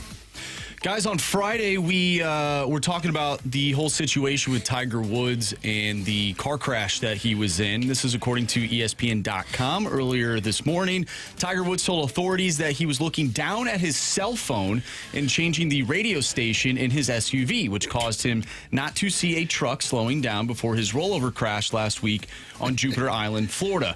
Martin County Sheriff's Deputy Tatiana Levanar, probably saying that wrong, wrote in an arrest affidavit that Woods was sweating profusely and his movement was lethargic and slow while she interviewed him. Woods was arrested last Friday on suspicion of misdemeanor DUI with property damage and refusal to submit to a lawful test, and he did take a breathalyzer test. It did not show signs of alcohol, but he did refuse to submit a urine analysis test for other drugs. Yeah, they're going to have a hard time proving this one. I'm sure they probably went to the judge, asked for the ability to do a blood test, and I think they'll get that granted based upon the situation and his past. But yeah, it's sad. Sad, really. He shouldn't be out there operating a vehicle if he's under the influence of anything. Anything that can alter your state of mind or your reaction time or your ability to drive a vehicle safely. Yeah, Let alone be on your cell phone and changing the radio station and tying your shoe and, I sneezed and, all of these things. Like, come on. Bug. Come on. Bug was Come on, Tiger. Bug was in the car. Yeah. Yeah. Bees everywhere. Bees. I'm allergic to bees. Carey, your thoughts? I mean, we don't know. Only Tiger knows. Yeah. He was the only one in the car. He was the only one that knows, exactly. He's the only one who kind of sort of rolled the vehicle. 100%. But he wasn't under the influence. They did that. I think the thing that bothers me is he wasn't under the influence of alcohol. But that was like the report that they initiated, where he didn't take a breathalyzer, so he's guilty. Like, to me, the media does a poor job at times of kind of placing people in certain circumstances without knowing all of the facts. So before you do that, get all of the facts. And, for him, hopefully, this is not about anything athletic. Hopefully he can take care of himself. Yeah. Like you said, so he doesn't hurt himself more seriously than he already has, or hurt someone else. And if it was just an accident, then be more careful. Pay attention. But I think the benefit of the doubt goes away when you've had multiple issues behind the wheel in previous experiences. So, hopefully everything turns out okay for him. I agree with you, Jamie. I think it's going to be hard to prove what he was doing or what was actually going on because nobody was there. Nobody saw it, or nobody was in the car with him. And the fact that he didn't hurt anyone or hit another vehicle, not that makes it okay, but from what I've seen in the past, they spend a little less time investigating deep into those. Last bit of news here. Seattle Mariners shortstop Colt Emerson has agreed to an 8-year, $95 million extension. The kicker here is, gentlemen, he has yet to play in the major leagues. So another deal that a team does to get out ahead of having to pay down the road. It's great when it works out. Smart or not? I think it's smart when it works out. Oh, that's an easy answer. You can't say that. No. I didn't know. And it's really dumb when it doesn't work out. I was wondering if you No, I'm not letting that go. I got Carey. I couldn't. You definitely got sneak me. I the was puck like, past cool. Jamie. No, not today. I paused. I'm like, what? No. He did put the gear on at one point. Jamie did, yeah. Yes. Yeah, absolutely. Yeah. Oh, yes. He knows what he's doing out there. I think the arbitration process really does set up well for the team. You can take a long look at a player before having to pay him serious money. You also, I think, have to be very comfortable with potentially losing that player when they become free agents. Or you can do what they just did and said, well, we're going to pay you for what we think is going to be your prime years. That's the smart part. We're going to pay you for your prime. Then when you hit free agency, you'll probably leave because you'll have another bite at the apple if you're good enough, but at least we got your best years. Yeah. That, I think, is the best case scenario. The risk, of course, is that you pay a guaranteed contract to a player that does not pan out. Yeah. I think it's worth the risk in select situations.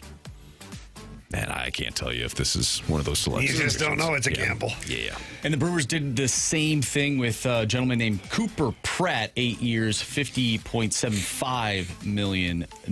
So he's 21 years old, whereas the other fellow we just mentioned, he is 20 for the Seattle Mariners. So we're seeing two teams do this. Yeah. Would you do this if you're the Cardinals with Yes. J.J. Weatherholt? Yes, I would. 8 years, $95 million. In today's climate, yeah. That is nothing. And you're a player like Colt Emerson, and you're still a prospect, and somebody's throwing $95 million at you. Yeah.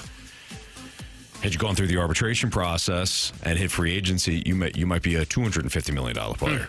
But You got $95 million guaranteed right out the gates.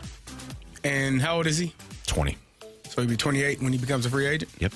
So that's you're still good there. You can sign me up for that. Yeah. You can find worse things to do. No kidding. Yeah. It's Fastlane on 101 ESPN. Cardinals are they possibly catching up on their fan engagement now?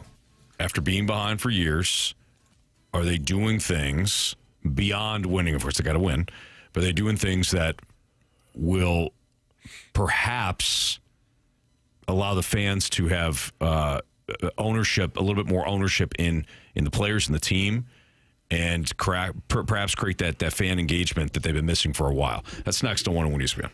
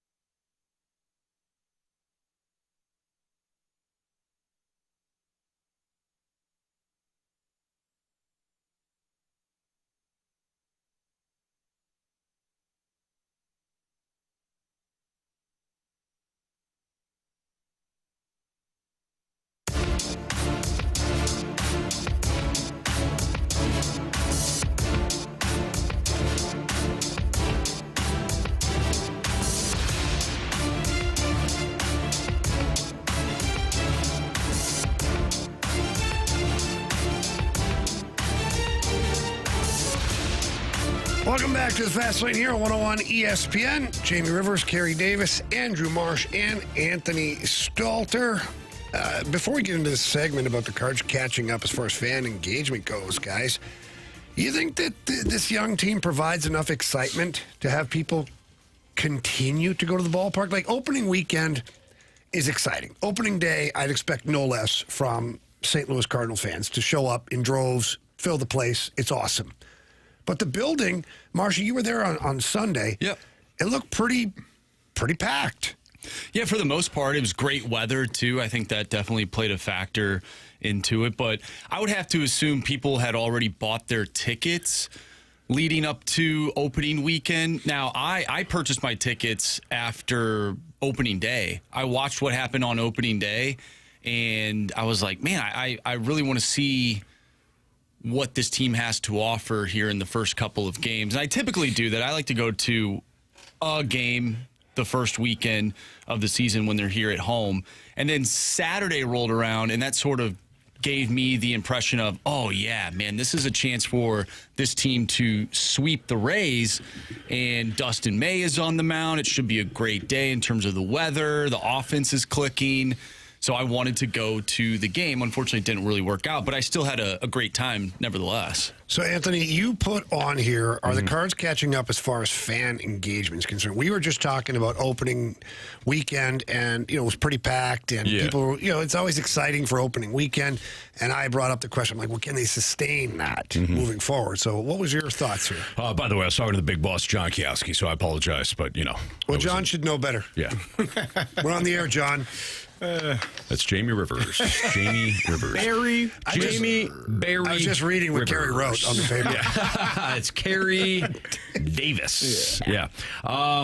So I was listening to Derek Gould coming in today. He was on BK and Ferrario, and one of the things that the guys asked him, and BK initially asked him, hey, what's one of the biggest storylines to come out of the weekend for you?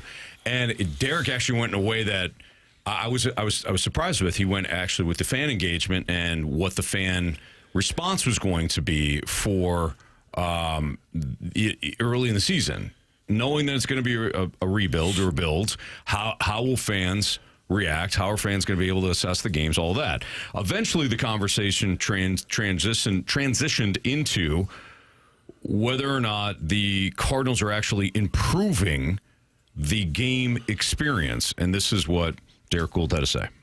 That Sunday game, I know they didn't win it, and it wasn't exactly like the greatest baseball. There was a lot of runs scored. But if you guys were there, or fans who were there, and they caught sight of sort of the kid-themed, it went as far as even the player introductions, which is something that is an attention to detail that other teams really do, and the Cardinals have been behind as much as, to be honest, like the game-going experience at Busch Stadium. They've often relied on, all right, well, no, this is a baseball town. They'll see what the baseball game is like, and they want to go and worship at the Church of Baseball Heaven. Well, there's a lot more activities going on. The food is better. I know my colleague Ian Frobe wrote about that. It's got more of a St. Louis personality. But that Sunday game where they were introducing players from a kid perspective, and they had almost like Nickelodeon font going, that was really well done. Kudos to them. And last thing, too, they finally have like a victory anthem, too, which you guys know, been pushing for years. These other places, Dodger Stadium, Yankee Stadium, Wrigley Field, they have a song that they play that people sing along when the team wins. The Cardinals have not had that. Well, newsflash, they do now. They have one this year. And it's gonna make a difference. I'm not even kidding around. It's gonna be something that it'll be neat if they win enough and fans participate and it catches on. It'll be neat. So a couple of key things there. He said, if they win enough. And if you listen to the entirety of the interview, Derek Gould said multiple times, winning is the most important thing. When it comes to fan engagement, whether or not fans are going to show up at the park, Derek Gould said multiple times, it's about winning. Yeah. So this is a separate conversation, okay? So if you're sitting there, I only care about winning. We know. So do us. So we've already put that on the board of things to do. Exactly. So moving forward now, what else can they do? What else can they do? Yeah. And I thought Derek brought up some really good points there. One, the Cardinals have relied perhaps too much to a fault in the last 5 or 6 years on the history of the Cardinals. It's great to wear it like a badge of honor. They should. You know, they parade all the alumni out on opening day, and they got the Clydesdale. Everybody loves it. It's a holiday. Everybody's in red. You got the red Corvettes on. We all love it. Okay, but after that, it almost becomes we're the Cardinals. Go ahead. You're welcome. You're welcome. Go ahead and enjoy the game. Hey, it's a different world, man.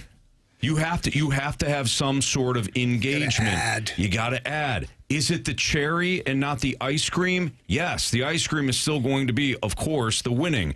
But if kids who are your future fans, by the way, walk away from the experience thinking, "Oh, this is great. I love that. I had so much fun." BK talked about his son. Yeah. Playing in the backyard and acting like he was Jordan Walker. Now, he's never going to be Jordan Walker. I don't know if they broke that down to him. Well, he can be a Major League Baseball player. Not that one. Is it because BK said he's a left-handed hitter? You don't think he's going to be correct. 6'6"? No, he nailed it. He's a left-handed hitter. Yeah, he throws JJ right-handed but hits left-handed. That's what I do. So Victor Scott, possibly. Probably more like a Tommy Edman type, J.J. Weatherall. Like a leadoff hitter. Yes, exactly. Thomas J.C. Exactly. What do you mean? Brendan he was pretending like he was jaywalking the backyard. That's a future Cardinals fan there. Yeah. I know all of us. Maybe he likes the batting stance. He likes the batting stance. The new tools, redefined. But the left-handed, exactly. Anyways, we're all hit the ball on the ground. When we were kids, we're all in the backyard at some point. I know Carey was. I was Ray Langford. No, Ray Langford. Okay, so he from was the right side though. He was Ray Langford. I like to swing. I was Will Clark. I could never be Will Clark. I wasn't a lefty, but I tried. Oh, I tried. Jamie, you were Jesse Barfield. Marsh, you were? Ooh, I was the whole team, Anthony. I had those batting stances down for wiffle ball. That doesn't surprise me at all. All of them. And what are we talking about? I had all of them. And what are we talking? Diehard Cardinals fan Andrew Marsh. I can see Marshy rearranging his uniform for every player. The way they had it, the batting stance, the way they spit. I had the mannerisms, everything. Yep, because I had the Brendan Ryan. I'm licking my arm. Sure. Yeah. Makes sense. Okay. Yeah. Bottom line is Marsh at one point went to the games, enjoyed it, or watched the games, enjoyed it, and there's that connection to the team there. I think the Cardinals deserve a little bit of kudos for having finally a little bit of awareness. Like, we can't just keep sending the fans to the stadium saying, "You're welcome. Go ahead. Yeah. Enjoy. Overpay for parking, overpay for beer, overpay for this, and you're welcome." And here's a crappy product, by the way. They spent a lot of money and a lot of attention to upgrade the fan experience more than just, here's your bobblehead. Yeah, so that's where I want to go. I did have to wait one full inning to get a hot dog, though, on Sunday. Well, you got to walk around, Marsh. There's plenty of spots down there. Yeah. There's a lot of people at the concessions? There actually was. There's a ton of people because they're all wanting to watch the Cardinals play. Yeah. But you nailed it. It's not just throwing a bobblehead at them or whatever, the nostalgic, here's Yachty, here is, whoever. Right.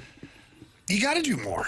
In this day and age, like, to bring a 7 to 14-year-old to a baseball game, you have to somehow make it interesting.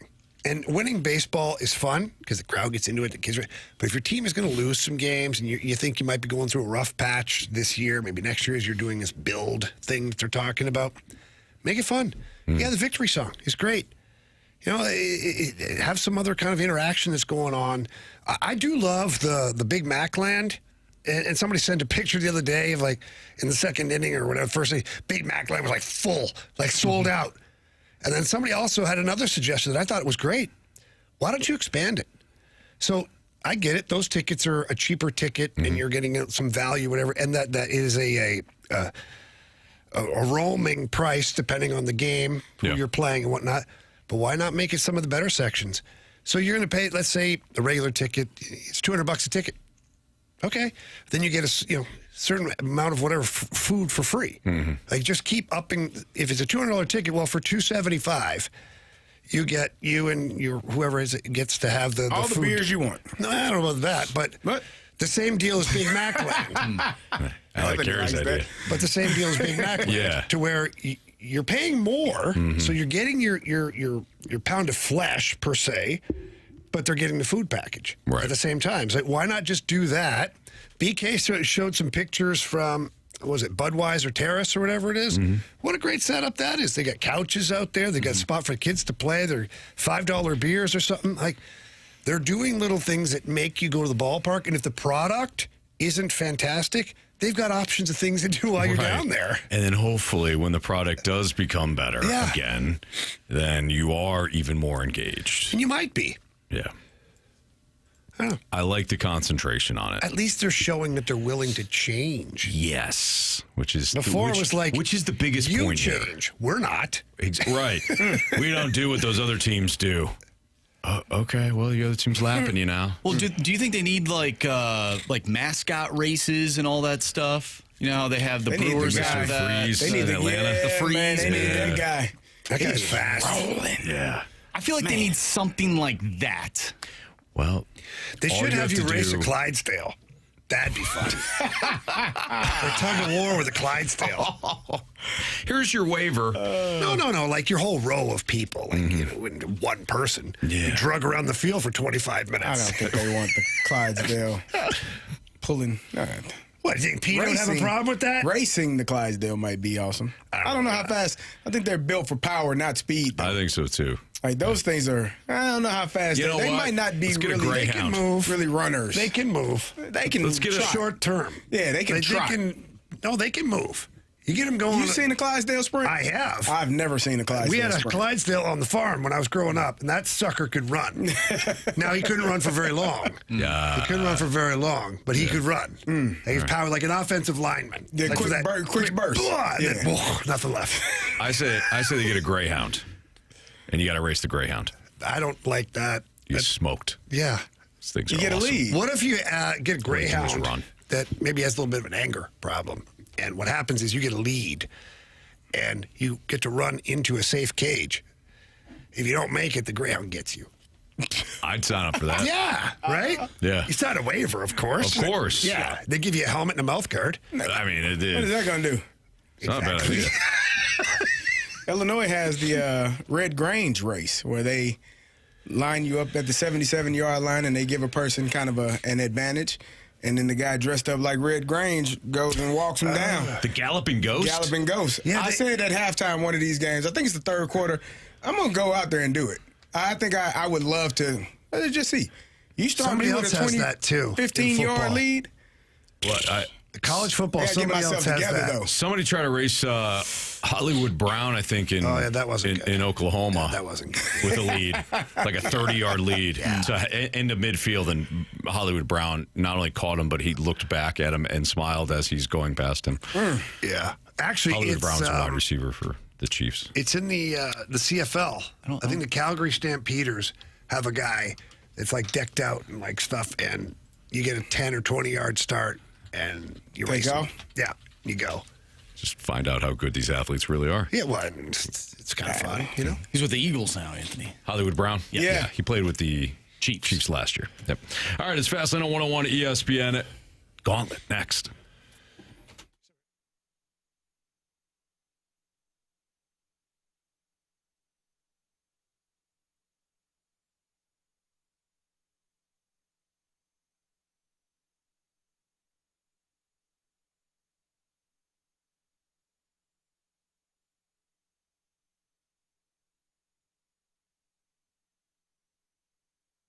I love Don's Garage Doors because if there's any sort of issue going on right with my garage, I know Don's Garage Doors, their technicians are the absolute best in the business. I know that because they go through an expansive training session where it's not just a couple of days and then here you go fix garages. Nope, it's a couple of months. It's intense because they know that the largest, heaviest piece of equipment in your entire home is going to be your garage door. And if it's grinding, squeaking, popping, any sort of noise, it means something's going on. So I would highly recommend calling Don's Garage Doors and getting the tune-up. It's just $29.95. They can take a look at what's going on. So for less than $30, you can get an entire tune-up and make sure that nothing else big is going to happen, because at some point, all of that grinding, squeaking, popping, all that noise could lead to a bigger problem. and it could be a more expensive issue for you. So Don's Garage Doors, give them a ring. Book today at donsgaragedoors.com. Call 866-4-DON-STORE.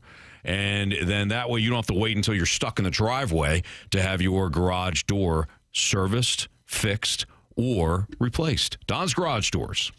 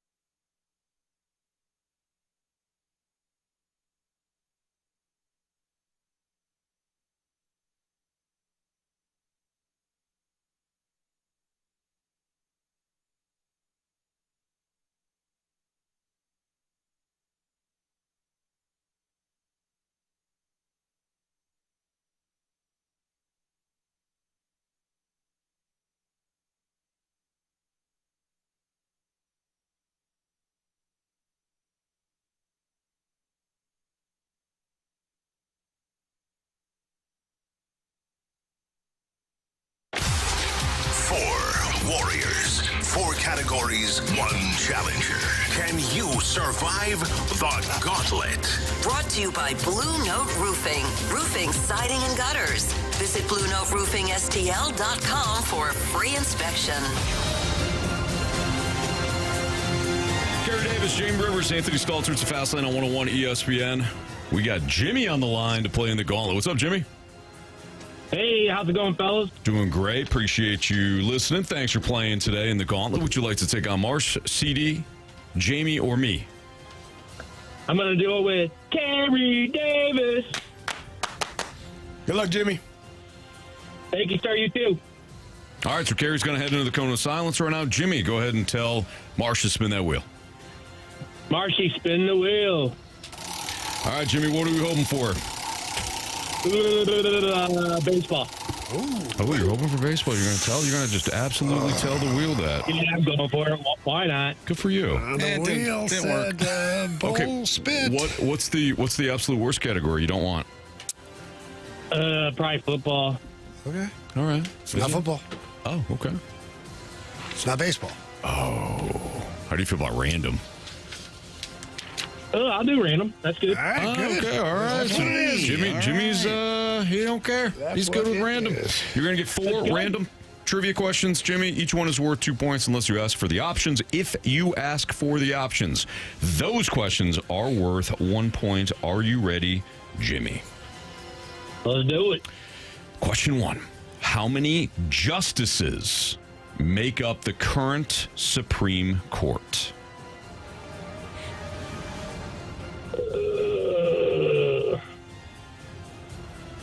Let's see. Either 8 or 9. I'll go with 9. Final answer. All right, question 2. What is the primary ingredient in white chocolate?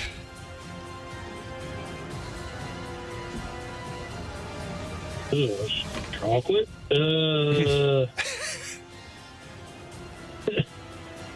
Shit. Can I have the options? Yes. Your options are cocoa butter, vanilla, or cocoa powder.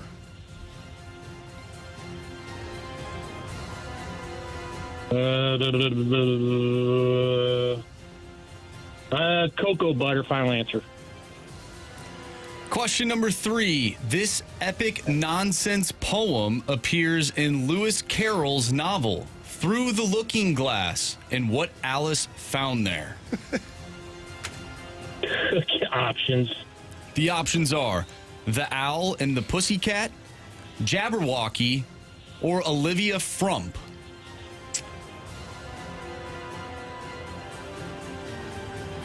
Can you repeat those? I'm sorry. Of course.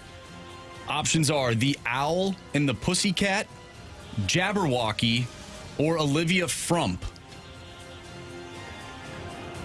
Olivia Frump, final answer. I had no clue. All right, Jimmy, question 4. In Star Wars Return of the Jedi, Luke uses the Force to levitate which of his comrades above the Ewoks?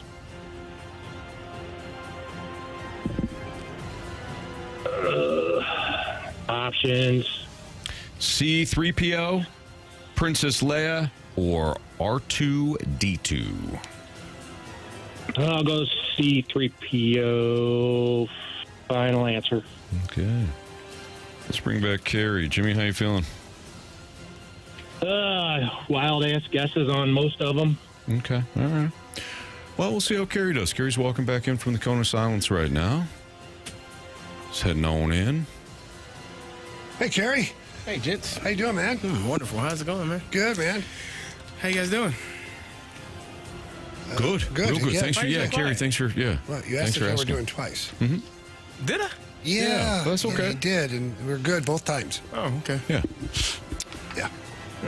Carey, your category today is random. Oh, yeah. Random. Who doesn't trivia. like random? I don't. Okay.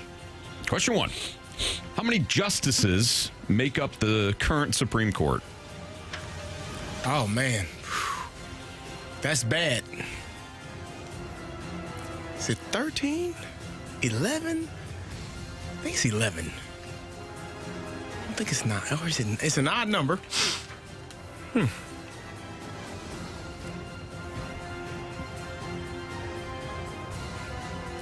Let's go with... Man, that stinks. 4 or 5. Oh, is it 9 or 11? 11 is on my brain. Wish I knew. Wish I paid more attention. Let's go with 11. Final answer. Ooh, I hate it. No bad. Question 2. What is the primary ingredient in white chocolate? White chocolate, of course. Options. Is it cocoa butter, vanilla, or cocoa powder? Why the hell would it be cocoa butter? That, what you put on your skin? Vanilla or Depends. cocoa What day of the powder? week it is. Yeah, for you, of course. Let's go with cocoa powder. Final answer. Question number 3. This epic nonsense poem appears in Lewis Carroll's novel, Through the Looking Glass, and what Alice found there. Wonderland, of course. What was the question? This epic nonsense poem appears in Lewis Carroll's novel, Through the Looking Glass, and what Alice found there. Isn't that Alice in Wonderland? Give me the options. Options are The Owl and the Pussycat, Jabberwocky, or Olivia Frump.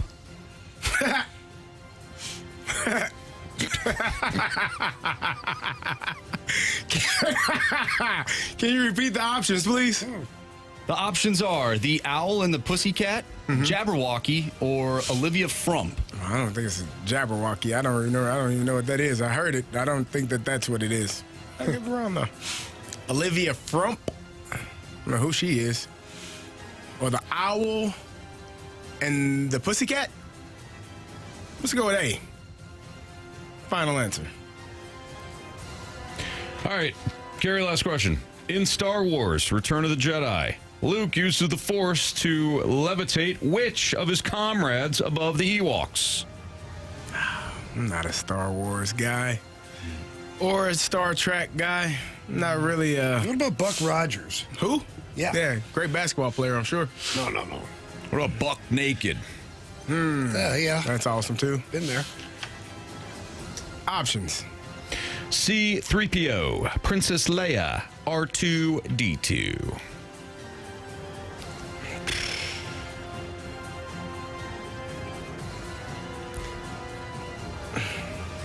I have no clue.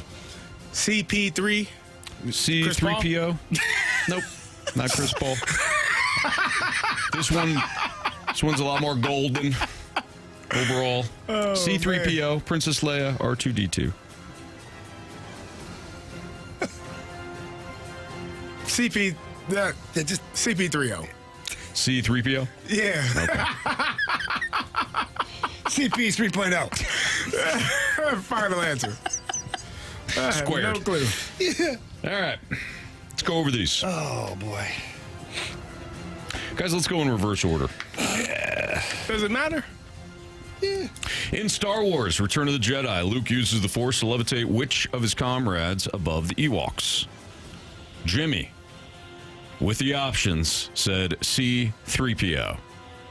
Carey, with the options, said C-PO3.Pi314. Correct answer is C-3PO. Nice job, both of you. Both use the options. We got a 1-1 tie. This epic nonsense poem appears in Lewis Carroll's novel Through the Looking Glass and What Alice Found There. With the options, Jimmy went with Olivia Frump.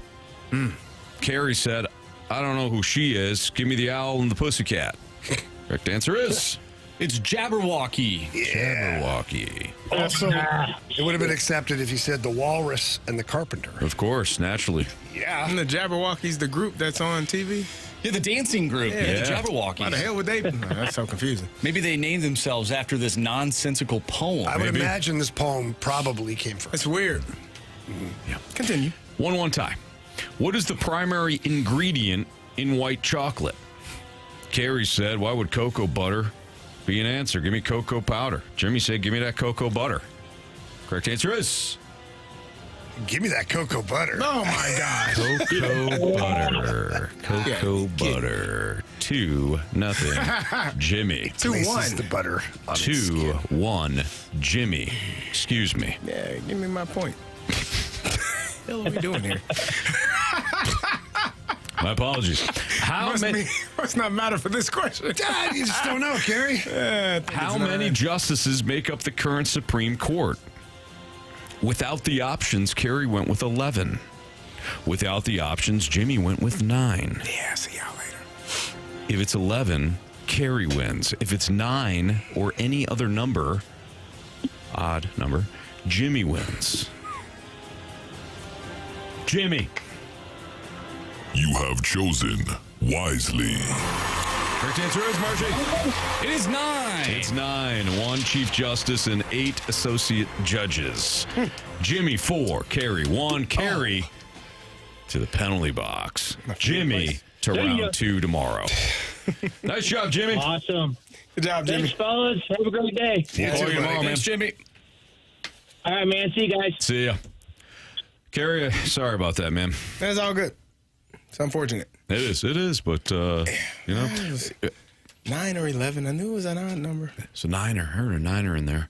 Marsh, if you have it, when was the last time anybody went to the penalty box that didn't also require their microphone stand being broken? That would be me on the 20th of March.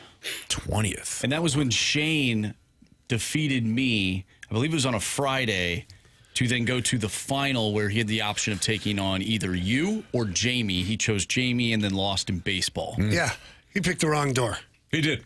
Bottom line. That day. That day picked the wrong day. Yeah. It's Fastlane on 101 ESPN. All right, Carey from the penalty box. We'll talk about Why you gotta do that? He just wanted to remind people and hurt me. Well, no, I don't want to hurt you. Yeah, you did. Sometimes I think you forget. Well, you didn't have to say Carey from the penalty box. You could just tease the next segment.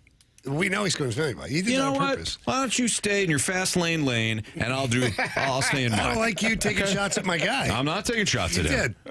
You did. Just because you got the driver's mic doesn't let you just spray everywhere here, okay? I think it damn well does. Shut his mic off. Tired of it. Go talk to Kioski again, okay? Okay. Maybe bring up a certain Jamie Barry Rivers. No. And his attitude lately. Talk about other things.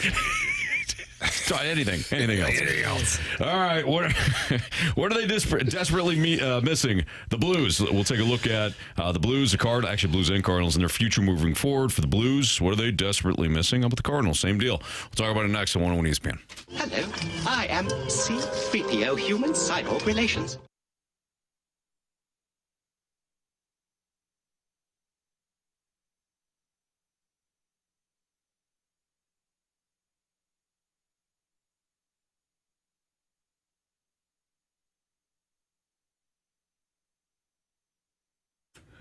Well, I had my friends from Amco Ranger out at the house today, and boy, am I glad they stopped by. They're able to talk about some things that we can prepare for mosquitoes and ticks and all those crazy little pests that end up in your yard. We've got carpenter bees back there right now. We've got some wasps. They've got fixes for all of that, and of course, those nasty moles. Well, they put some flags in the ground there today, put some traps out there looking to help me out with the mole problem, and it was great. I was sitting there talking to the technician who was fantastic. He gave me all the information, and he told me why they were doing certain things, and also anything that they were putting out there is pet-friendly, human-friendly, so it's not going to harm anybody in the vicinity, which is obviously very good to have that going for you. But, yeah, they've been in the business for a long time here now, over 60 years of experience. I had a chance to sit down with them at their office, and they're just great people. They're A-plus, BBB-rated business. All the employees are extremely well-trained. We can talk about that again, just how awesome it was to deal with the Amco Ranger technician today. They're licensed, and they've also got background checks, so you know that you're getting a quality individual over there at Amco Ranger, which they would have nothing but that. So please, if you've got any kind of pest problem going on at your home, or if you just want to make sure you don't have a pest problem moving forward, call my friends at Amco Ranger. Tell them Jamie Rivers sent you in. Their number is 636-441-2847.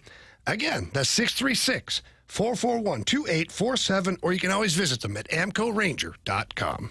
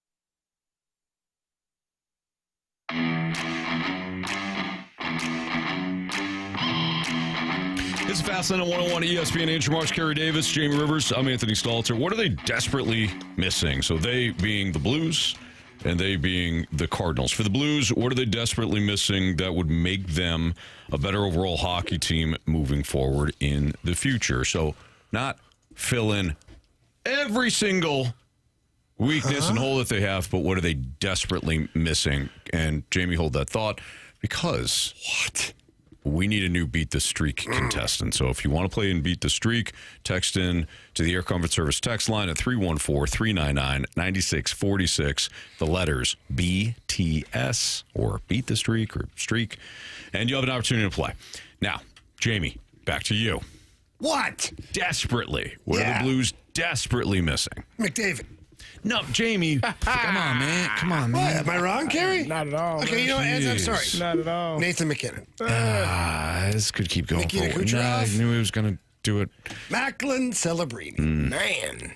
No, none of those guys. You don't want those guys on your team? I do. He doesn't. Yeah. Well, then why are you mad at me? I should. It's my fault. I should put a Leon qualifier. What's realistic that they could get that they're desperately missing? Realistically, not players that are currently under contract and will never be acquired by. Well, that Connor McDavid, talking like that, he could be pretty pissed off at Edmonton right now. Mm-hmm. They went and got a terrible goalie for him. Did nothing to help him. He took a team-friendly deal, no raise at all. For 3 years because he won a championship and barely scraping by to make the playoffs. So I think he's in play. Let's go get him. Carey, what do you think the Blues are desperately needing that would be realistic? You are the hockey guy, and we'll be moving forward. I appreciate it. Wait, what? You heard me. I don't know if it's a specific player. I don't know if it's a specific player other than Connor McDavid that would help them.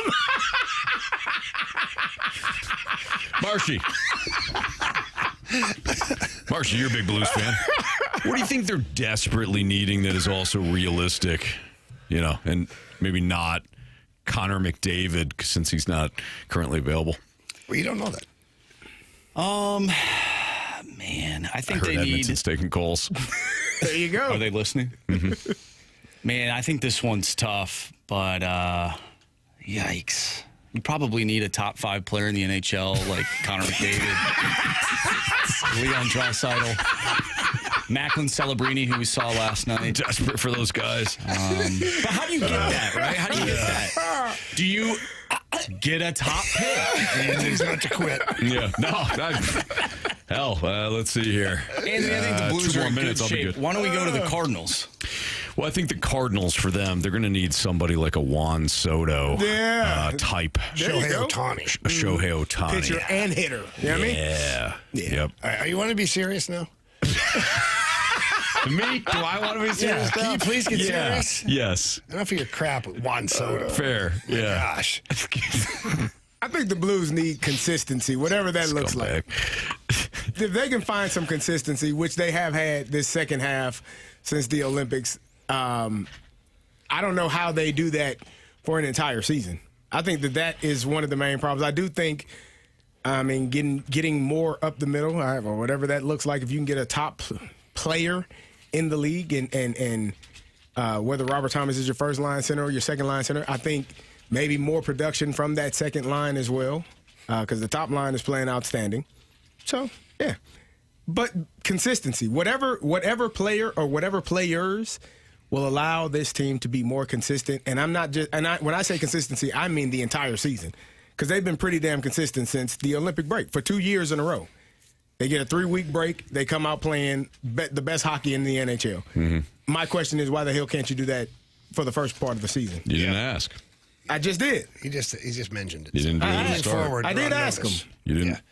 No, I asked them last year, and they didn't listen. They don't know. And then they came out and stunk the first half of the season, and they said, "Oh, I guess we should play better. Look, we got a chance to make the playoffs. You didn't We're ask right there. nicely. We're gonna scare all the fans in St. Louis, and then we're gonna get you excited. And then we're gonna just barely miss it. Then you're gonna be mad again." Yeah. Wow. Power of positive thinking there. I guess so. So to be a little less snarky, unrealistic. I don't know who, I'm not going to give you a specific player, but what's happened here is Pavel Buchnevich, his point production has dropped every year while in St. Louis, which, if that's the case, that's the case. He still contributes quite a bit defensively, penalty kill, does a lot of things. But you need another, in my opinion, you need another 80-plus point player. I'm not going to say that Connor McDavid is celebrating. Of course, we'd love to have those guys, 100-plus players. 80 points and above is what you need. Your offense needs a jolt because for the greater part of this season, the Blues were only scoring 2 goals a game. You needed more. Your power play is not good this year. You need a difference maker. You need an 80-plus point player, 30-plus goals from said player. Mm-hmm. That's what the Blues need.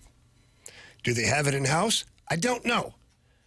I don't know what Dvorsky's going to be. I don't think he's that guy. I think he profiles more of a 60 to 70-point guy. Is Carbonneau that guy coming up? Time will tell. Maybe he's a 30-goal guy, but I still think he's like a 60-point player at his ceiling. So who is that next player? Is he in the pipeline? Can you draft him? Can you sign him? Can you trade for him? But for me, the decor, I like it. It's pretty set.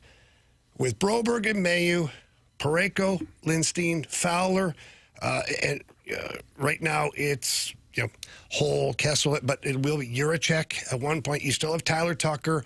You're fine. In between the pipes, you're totally fine. Mm-hmm. You get 2 great goalies. So what are you missing?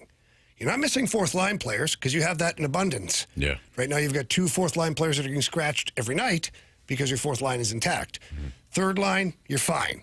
Second line is where, in the first line, what you need another scorer. Mm-hmm.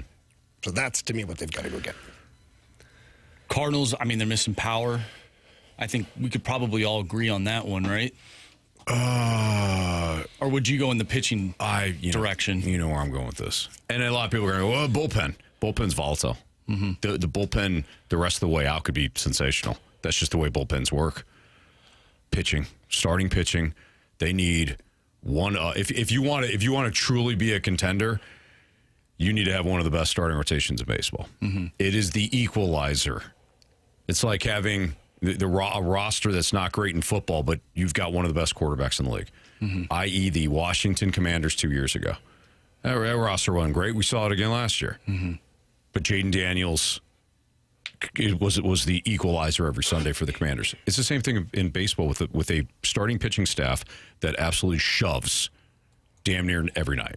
I think it'd be nice to have a guy like Showboat Fisher from the 1930s. I like Showboat. Cardinals rookies, first 3 team games, 4+ hits, 4+ RBIs. This guy had 8 hits and 4 ribbies in 1930. Nice. J.J. Weatherholt on that list as well, but Showboat Fisher. Nice. One cool name. Yeah. And a great start to his career. 1912, the Cardinals had a guy named, if I remember, Biscuits McHenry. And this guy... We need those names back. We need all that. You talk about a guy with a glove. Marshy, we already have children. When you have a child, if we don't get a schoolboy or a biscuits or come on, Rachel will be in on it. Yeah, I'll make sure to name my child Biscuit and Schoolboy. Schoolboy Marsh. Schoolboy Marsh. Got a good ring to it. Yeah. Schoolboy Biscuits Marsh. Yeah. Hey, schoolboy, you ready for school?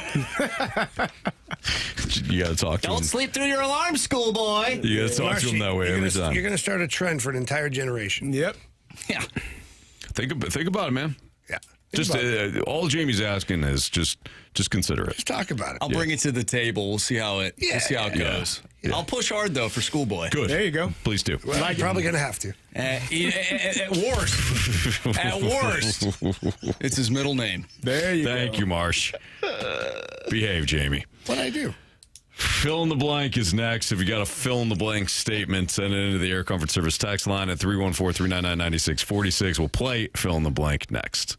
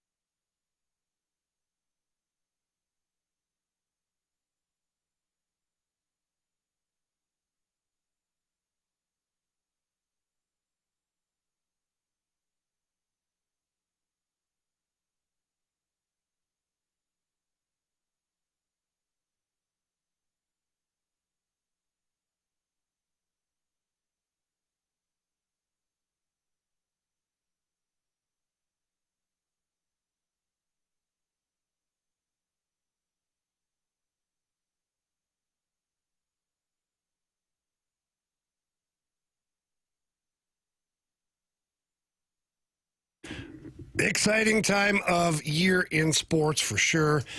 The NCAA wrapping up the big tournament. You've got the playoffs right around the corner for the NHL. The NBA's got the playoffs. Major League Baseball starting up. So many amazing events that you can get in on all the action over at Circus Sports. That's right. Get over to the App Store or the Google Play Store. Make sure you download the white Circus Sports logo. That's for the state of Missouri. You click on that, and you're off and ready to go. A couple things you need to know about Circus Sports is they have the best odds of any app that is out there currently. You don't believe me? Compare it to the other apps and look at the odds, and you'll see that Circus Sports has the best odds. They don't punish you for winning. A lot of these apps, they shut you down, they pause you, they don't like you winning. Circus Sports doesn't do any of that stuff at all. They celebrate the winners, and they're right there alongside of you. You're like family to them. So please download that app, get going, bet on some of those future plays. Maybe it's a Stanley Cup champion, NBA champion. You got a good feel about a team that might squeak in and win it all. Over at Circus Sports, you will get paid out for that as well.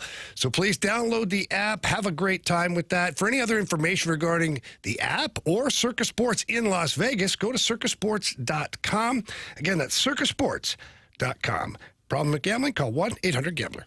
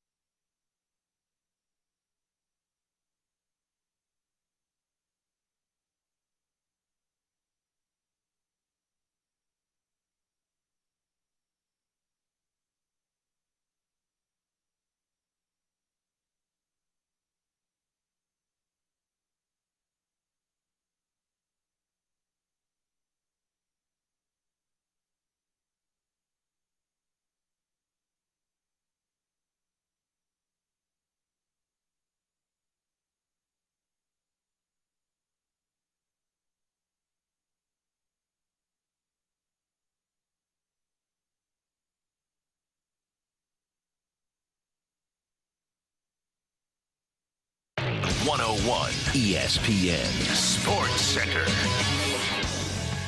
I'm Andrew Marsh. It's time for a Sports Center update brought to you by Saliga Heating and Cooling. The Blues lost last night to the San Jose Sharks by a final score of 5-4. They'll take on the LA Kings tomorrow, and you can listen to that game right here on 101 ESPN. Pregame starts at 7. Puck drop is at 8. The Cardinals look to get back into the win column. They lost to the Mets last night by a final score of 4-2. Tonight, Andre Palante is on the mound for the Cardinals. He'll face off against Kodai Senga. First pitch is at 6:45. Coming up next, we have Fill in the Blank. So if you have a fill-in-the-blank statement you want to send our way, do so using the Air Comfort Service text line, 314-399-9646. We'll play Fill in the Blank next. I'm Andrew Marsh, and this Sports Center update is brought to you by Saliga Heating and Cooling, a Daikin heating and air conditioning dealer.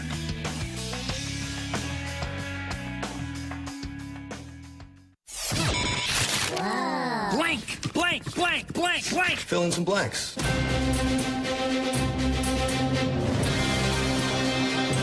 Time to play Fill in the Blank here in the Fast Lane on 101 ESPN. 314-399-9646 is the Air Comfort Service text line with Carey Davis and Jamie Rivers. I'm Anthony Stalter. So if you want to play Fill in the Blank, you can send your Fill in the Blank statements there. Marsh, lead us off. What do we got? All right, from the 636, blank will be the Cardinals MVP this year.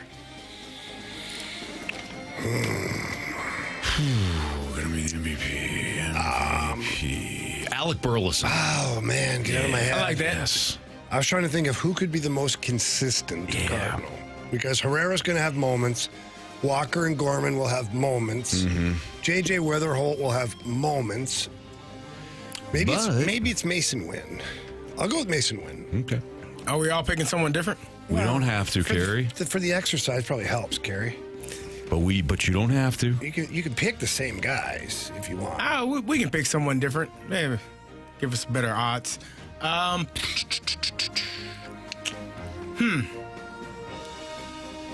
J.J. Weatherholt. Wow. It's a bold statement. Marshy? I like it.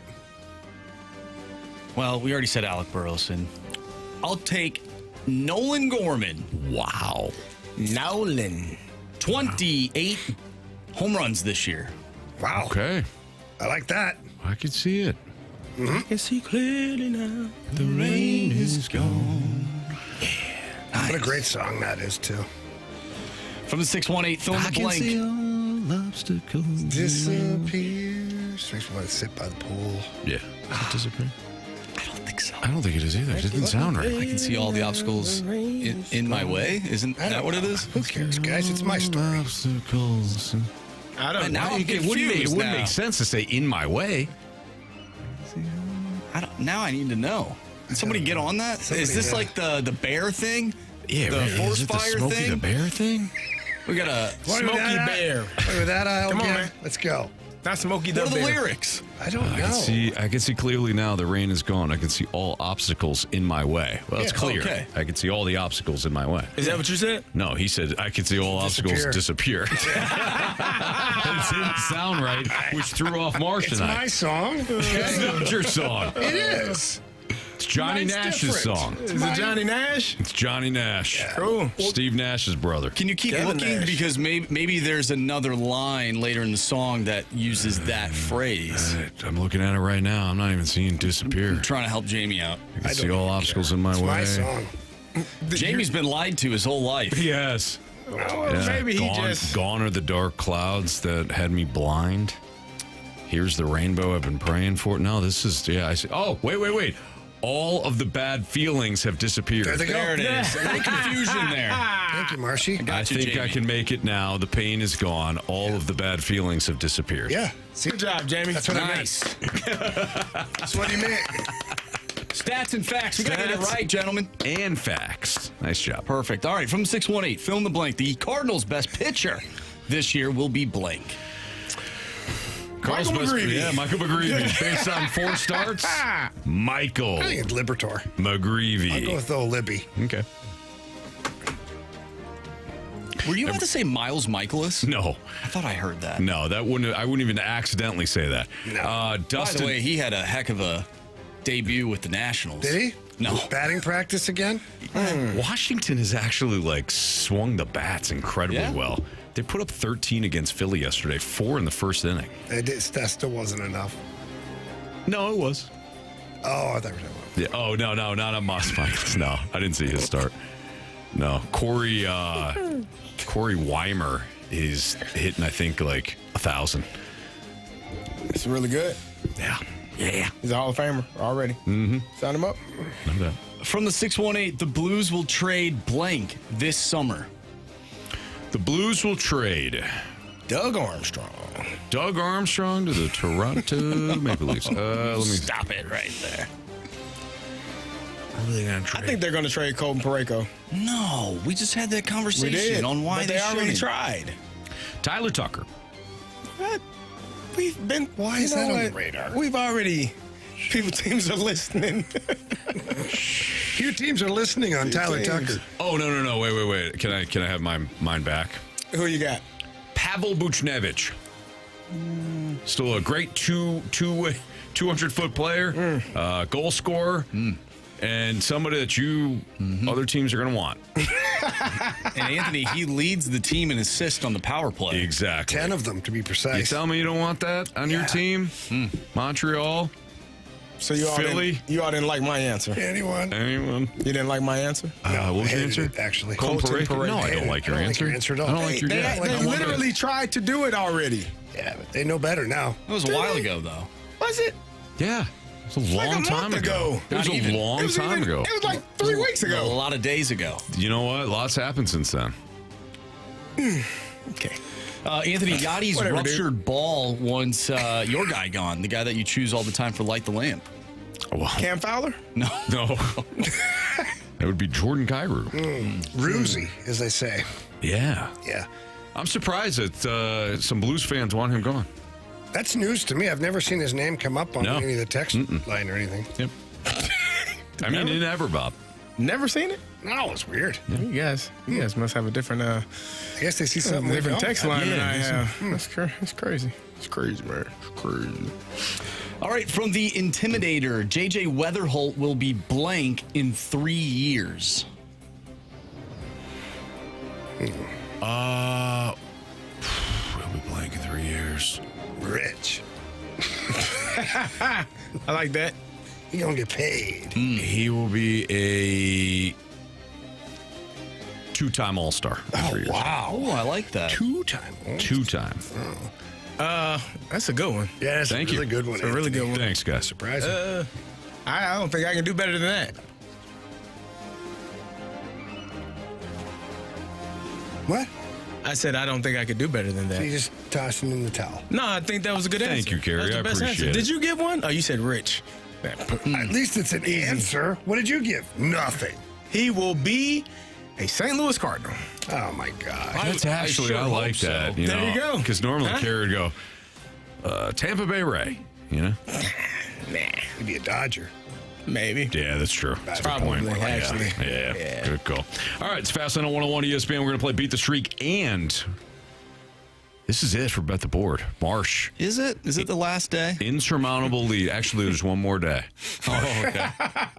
One more lead. One more day. Actually. Yep, for you to protect your lead. Yeah. March 32nd tomorrow. Which would be April Fool's Day, right? Yeah.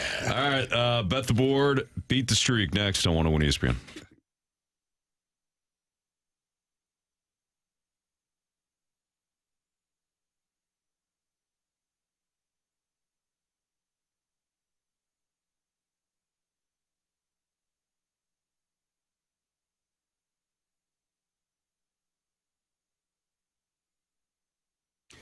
Right now, new FanDuel customers can get up to $300 back in bonus bets every day for 10 days. Here's how it works.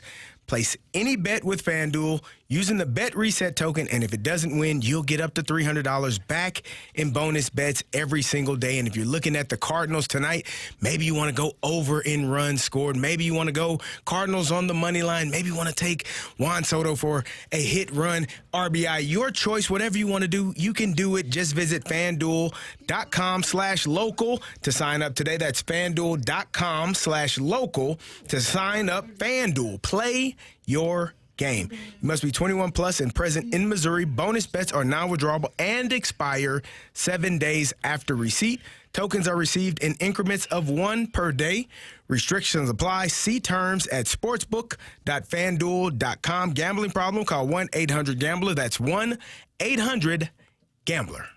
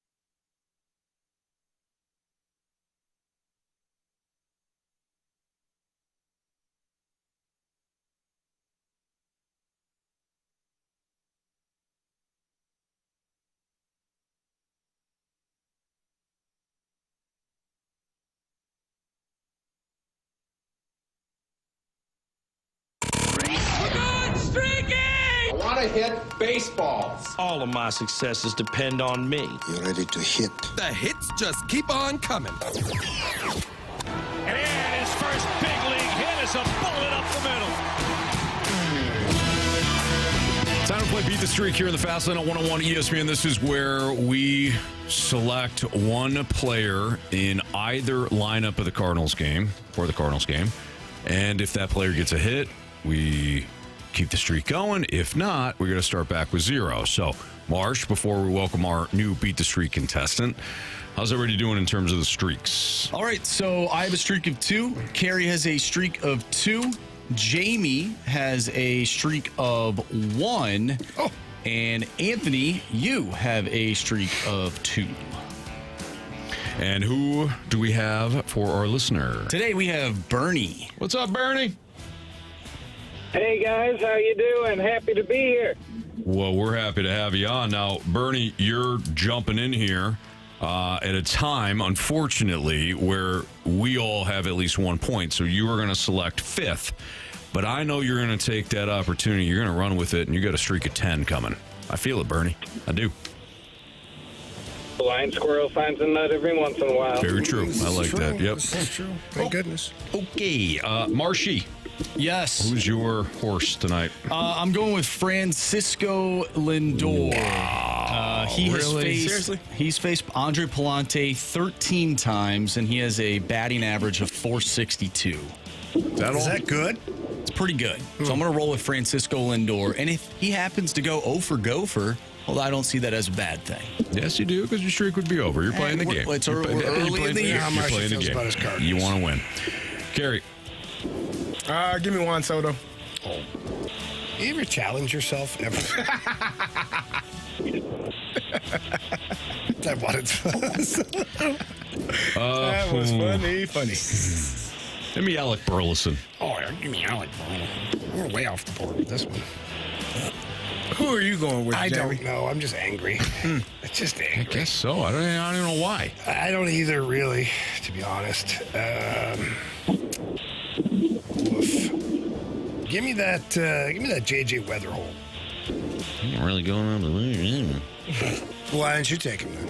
Because I had Burley. Yeah, but if you make fun of my pick, why didn't you pick him? I made fun of your pick because you made fun of my pick. Okay? Yours is I'm obvious. a child. Bernie.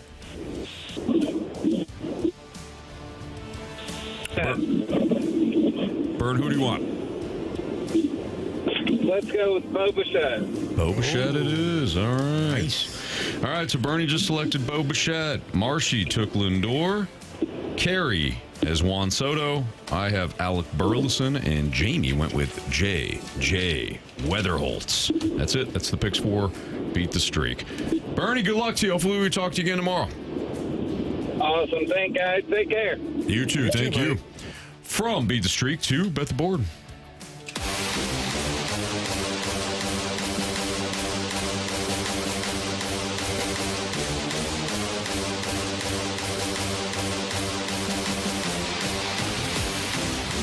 Last opportunity, not that it matters because we won't catch him, but last opportunity to take down the one and only Andrew March in the month of the fast lane, which is March. Guys, would you like to go through your picks from yesterday? No. Sure. I wouldn't either. I hit mine. Did I hit mine? I hit mine. I think the Avs scored 5 goals in the first period. Who? My Avalanche. Wow. That game was over before it started. Yep. It sure was. Yeah, it was pretty bad. Yep. It was pretty bad. Okay, so Anthony, you did not pick up a point last night. Thanks, Blues. Jamie did. Anthony, you, and by the way, I did as well, thanks to Kyle Leahy. Anthony, you're at 10 points. Jamie's at 11. I'm at 13. Where's Carey at? Carey's hanging on. Did I hit mine last night? Let me check. I'm completely honest with you, Carey. You didn't even check. You didn't care. Just like Anthony didn't even allow me to care, pick. Man. You all don't even give a damn. Nah, I see what it is, man. We all care. Carey, you did hit. Yanni Diaz had a pretty good night. Nice job, Carey. Nice job. Okay, so last day of the month, we go in reverse. Remember? It's in the bylaws. Yeah. So, Carey, you go first, then I'll go, then Anthony goes, and then... All right. No, I go because you got 11 now. What have you got? 10. Oh, okay. I've been stuck at 10, I think, since March 10th. Oh, all right. Give me Mookie Betts, 1.5 hits, runs, RBIs. And Will Smith, 1.5 hits, runs. Nice try. What? What happened? You know, What are you guys doing? I don't blame you. I don't blame you for going for it. But it's discrimination here, huh? No, don't. No, you're not going to play that. You're not going to play that card. No, let him. Okay. This is funny. You ain't gonna do that. I can't get my parlay. No, not when you used it already. We've been flagged. Oh, okay. Yep. I'm just checking, man. You know? Yeah. No, it's fine, Carey. All right, so I'm down 3 to Marsh. I don't know what his selections are, so I gotta base it off that. All right, guys, I'll send this to the group here. But give me the Dallas Stars over 3.5 goals. The Tampa Bay Lightning, over 3.5 goals. The New Jersey Devils, over 3.5 goals. The Texas Walker Rangers, over 4.5 runs. The Chicago White Sox, over 3.5 runs. That's my parlay. How many was that? 5. Seems like a lot, man. No, 5. Good luck. Thank you, Carey. Wish you the best. I appreciate you. Yep. Jamie? All right, I just sent mine to the group. Give me the Stars. Money line, minus 130. Jets, money line, minus 148. Ottawa, Florida, first period over, minus 125. Carolina, Columbus, first period over, minus 140. Jets and the Hawks, first period over, minus 125. That's it. How many legs is that? 5. All right.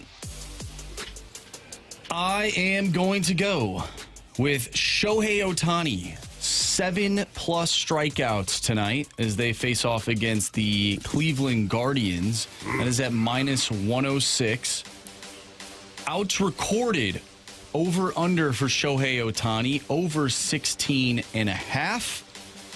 And since you added that last one, Jamie, which means that you would overtake me if all of them were to hit,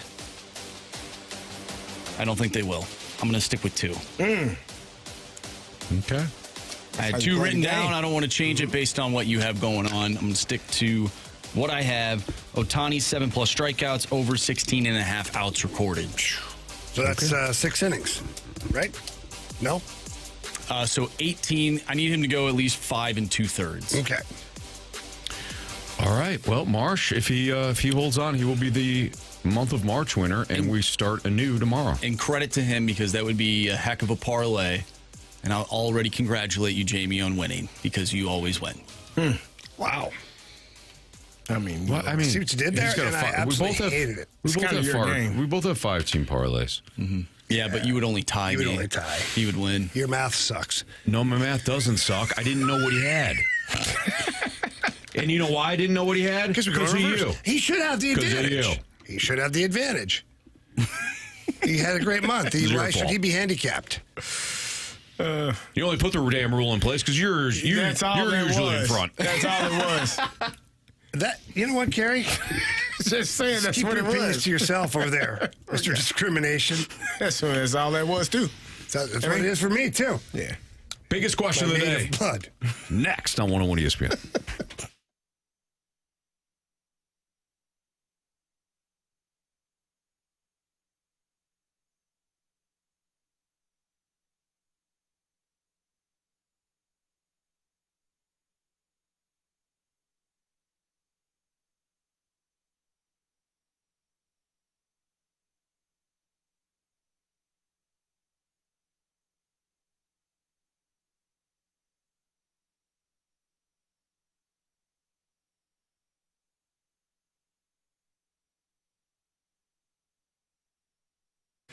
All right, listen up. If you are thinking about renovating in your home, whether it's your kitchen, your bathroom, or some of those outdoor spaces, I'm doing that right now. The outdoor space, trying to get it all set up for summer season, pool season. I got my friends from E&B Granite. We're looking to do an outdoor bar. It's going to be awesome. You'll absolutely love the work that they do. I had my kitchen done by E&B a couple of years ago. The process was amazing. I drove down to their showroom. It's located at 6135 Manchester Avenue. Walked in, talked to the in-house design staff because I had no idea what I wanted to accomplish. Didn't know what the countertops were, the backsplash, all that stuff. In-house design staff took great care of me, walked me into the back where all of the countertops are, and I got to pick my countertop. Then we talked about backsplash, and we got that done. Then the cabinets and the flooring, everything in there. I gave them my budget, and they maximized the budget, which was phenomenal. And then the kitchen turned out perfect, and I know that my outdoor space is going to be fantastic. I just love working with E&B Granite. They are the best in the business. They've been in the biz for over 2 decades here in the St. Louis area, and they're doing great work every single day. Myself, Bernie Federico, we swear by E&B Granite, and you should too. So call them, book an appointment with the in-house design staff. Tell them Jamie Rivers sent you in. That number's 314-645-9300. Again, 314-645-9300. Or you always check out all of their work, too, if you want, at enbgranite.com.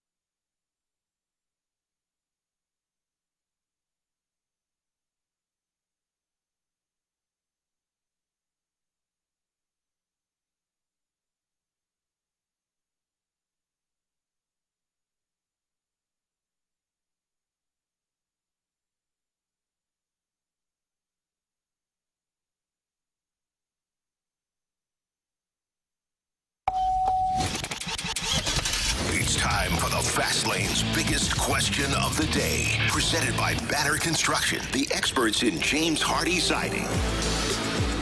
I think the Cardinals will get fewer hits than they had and give up fewer hits than they had. I think there'll be a balance there. So that was Derek Gould from STLtoday.com who joined BK and Ferrario earlier on these airwaves. And it leads us to the biggest question of the day, which is, Marsh? The version of the Cardinals that we are witnessing right now, you just heard Derek Gould, the team will get less hits and they will give up less hits. The version we are witnessing right now, will this be the true version of the 2026 Cardinals? Do you think it'll look like sort of what we're witnessing right now, or more so what Derek Gould alluded to? You first of all, you would definitely have to give up less hits than you did against the Tampa Bay Rays. Well, is it possible? It has to be. Hell, 41 hits in 3 games? You know how tired they are? It's way too many. It's good. Jamie brings up a good point. Who, the hitters? Yeah, they're tired. The hell they weren't. All that running and swinging. They had 17 hits on the 3rd day. Yeah, and you were exhausted. Yeah, they were done. Mm-hmm. They'll be exhausted in the next city they go to. Right. That's the check. That's what you need to check. The Rays. It's like playing the Steelers in the 2000s or the Ravens. How they performed the next week. Next week, little differently though. Yep. Yeah. The Rays, by the way, they only scored, I think, 2 runs last night in Milwaukee, 2 or 3. I think it's 3. They were tuckered out. Yeah. Mm-hmm. Basically, what the question is, is the offense going to be better than it was a year ago, and is the pitching going to be worse? And I think that's fair. I think the offense will be better. I think the pitching will be worse if Well, I mean, think about the bullpen. Okay, yeah. Yeah, you're right. Last year, they couldn't wait to get to the bullpen because they had a pretty good bullpen. Yes. They lost a lot of those pieces. Yeah. So, Yeah, I don't know how you fix the bullpen, though, ultimately. Like, right now, at the start of the season, how do you fix your bullpen? You start just calling guys up and, like, you just try whatever you can? Gordon Graceffo is coming up because Pushard has been placed on the IL. Yeah, so, okay. Graceffo, though, is not going to move he moves the needle a little bit, but not a lot. Like, you need more than that. After what I saw... Right now, it's a warm body. Right now... And it's a different warm body. What I saw is not good. What do you mean by that? Just terrible. You think so? Like, yeah, I have zero confidence in the bullpen right now. Zero. Actually, 0.01%. You have as much confidence in the bullpen as Duke had remaining. Taking care of the ball. Time remaining to beat UConn. Yeah. Oh, 0.4. After the three-pointer. Yeah. Okay. I think it's fair to say that the offense will be better than it was a year ago because of the pieces of the young pieces coming together. Jordan Walker, JJ Weatherholt. I mean, even contributions right now from guys like Nathan Church. Victor Scott has looked excellent in the early going, offensively, getting on the base in a multitude of ways, whether he's laying one down or. Yeah, I like that. I like that they're using him as a weapon. Mm-hmm. You know, like playing to his strengths with his speed. Yep. I like that they're doing that. He's got to get on base, though, obviously. I mean, that's the one. Hey, buddy, we love the speed. Love it. Does us no good if you strike out. No good running back and forth from the dugout. No. No. When you kind of saw it last night, right? Like Victor Scott, he, went over, and the offense was, not clicking the way it was on opening weekend. Are you saying that Victor Scott is the straw that stirs the drink? Anthony, I'm not saying it, but I might be thinking it. You said it. He's not saying it. All right. Elsewhere around sports, Dan Hurley of UConn, we just mentioned UConn, says, I thought the NCAA tournament ref was looking to chest bump. I heard you guys talking about this. He leans straight in with his forehead. Why the hell would the referee be trying to bump chest with you? What type of... So I heard you guys talking about this after Braylon Mullins, the freshman for UConn, hit the three-pointer, 35-foot three-point attempt to give the Huskies that 73-72 lead with 0.4 seconds remaining. You saw the video of UConn head coach Dan Hurley going nose to nose, forehead to forehead with one of the officials. Yeah, weird. According to him, he said he thought that the veteran referee was looking to, quote, chest bump me to celebrate. What? Because the ref's going to celebrate with you? This he's a whole other level of twisted. Mm-hmm. Like, I didn't know much about him a couple of years ago, but in the last couple of years, I don't know if he has really helped his case with his behavior. It has been... Two-time national champion? I know, but since that point, he's gotten a little cuckoo. Well, winning can do that. Yep. And if he wins 3 and 4 years... Next time he loses, I want the referee to go over and chest bump him because, he thought he wanted I thought he wanted a chest bump. Yeah. Hurley, addressing the now viral incident during an interview this week with the Triple Option podcast, said Ayers is an easy guy to work with and denied that there was any animosity between the two of them during the game. Quote, really, at that point in the game, we had it won, Hurley said, and Ayers is such an easy guy to work with during the game that I thought he was coming over to chest bump me to celebrate the shot.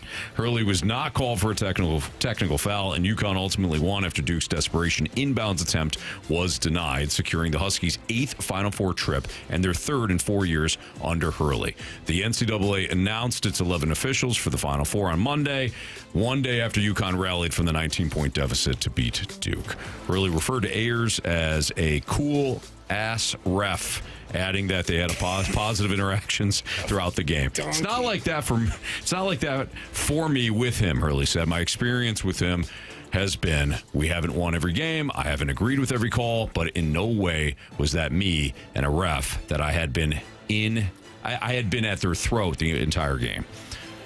That's kind of what I thought. It was just a weird... Keep it weird. Yeah.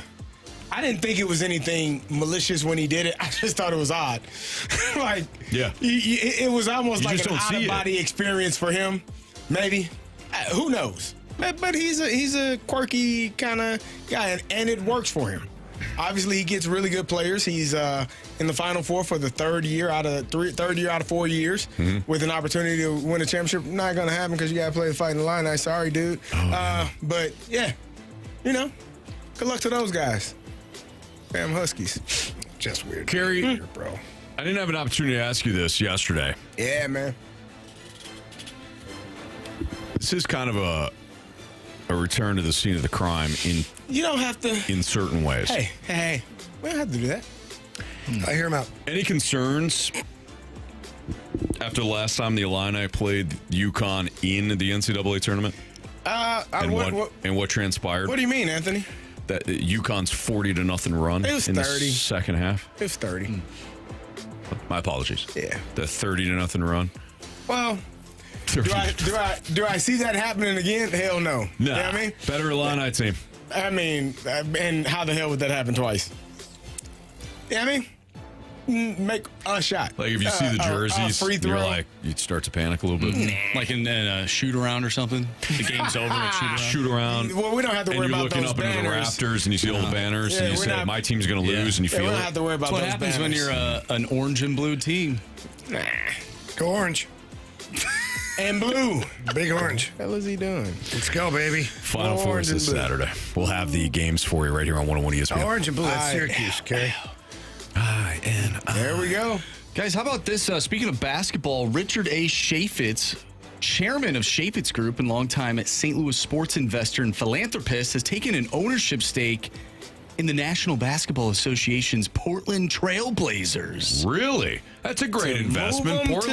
Portland's been winning a lot lately. To move them to They're going to be moving them somewhere. Seriously, though, like, could you see it happening? Tom Dundon is also in this group. He owns the Carolina Hurricanes. He's got huge money. I would get season tickets, fellas. So I don't know if it means they moved to St. Louis, but 41 games. Certainly a connection there. We'd like to see it. Absolutely. Especially with a great sports city. the way that people showed up for SLU basketball this year. It's a basketball Yeah, town. one game. It's a sports town. What'd you say? What? Wow, man. Really? How many games did they play? What did you say? The NCAA tournament? Yeah, they played two. They played two. What are you doing, man? What are you doing? We're trying to get an What are you NBA doing, team man? to St. Louis and You and mother. Yeah. crapping all over the idea. Let's go get that NBA. You have the audacity. Can't wait for season tickets. Oh, wow. You know what, Jamie? we thought about going to You don't get St. to Louis, go. but there's that guy Jamie wait, Rivers wait. sitting in like basketball. You're going to punish me? I don't get to go? Yeah. Well, that's I don't know what I'll do now. You don't get to go. You know what I mean? All right, let's move on. Watch Sports guys Six Pack walk Part up and 1. down the court. 3-1. all day. 4-399. Followed around everywhere. You know. 9646. That's the Air Comfort Service text line. Connor McDavid. Send those questions in. We'll answer them next on 101 ESPN.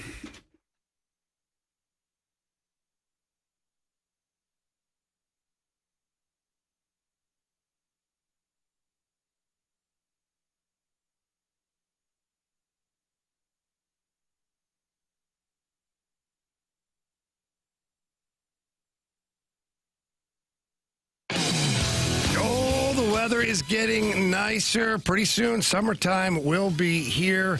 And what a great time to upgrade your vehicle. No, not a new vehicle. Use the same vehicle that you've got, but upgrade it with accessories. And those accessories can be found at Pure Performance. They are your one-stop shop for all aftermarket modifications. Whether it's wheels and tires, they've got the oversized ones, the off-road ones, and they have wheels and tires for every vehicle that is on the road currently. They also have accessories for every vehicle on the road, whether you have a very popular Jeep or a Bronco. Those are just so many accessories for those. We've seen some great things coming up Pure Performance with that. But if you just have an SUV or a pickup truck or even a minivan, they've got stuff for you. But you got to stop by the showroom. You got to check it out. It's a 25,000 square foot facility. It is the largest showroom in the area. Real easy to get to. Highway 70, Cave Springs Boulevard, exit right down there on your left. When you walk in, please ask for Shelby. Tell her that Jamie Rivers sent you in. She's going to ask you what your vehicle is, what you're looking to do, and, of course, what your budget is. And then, of course, they try to maximize that budget for you. And the technicians are fantastic at what they do. You drop off your vehicle, it looks one way. When you pick it up, it looks incredible. And that's thanks to my friends over at Pure Performance. So get over there, check things out. If not, at least check them out online at pureperformance.com. That's pure, P-U-R, performance.com.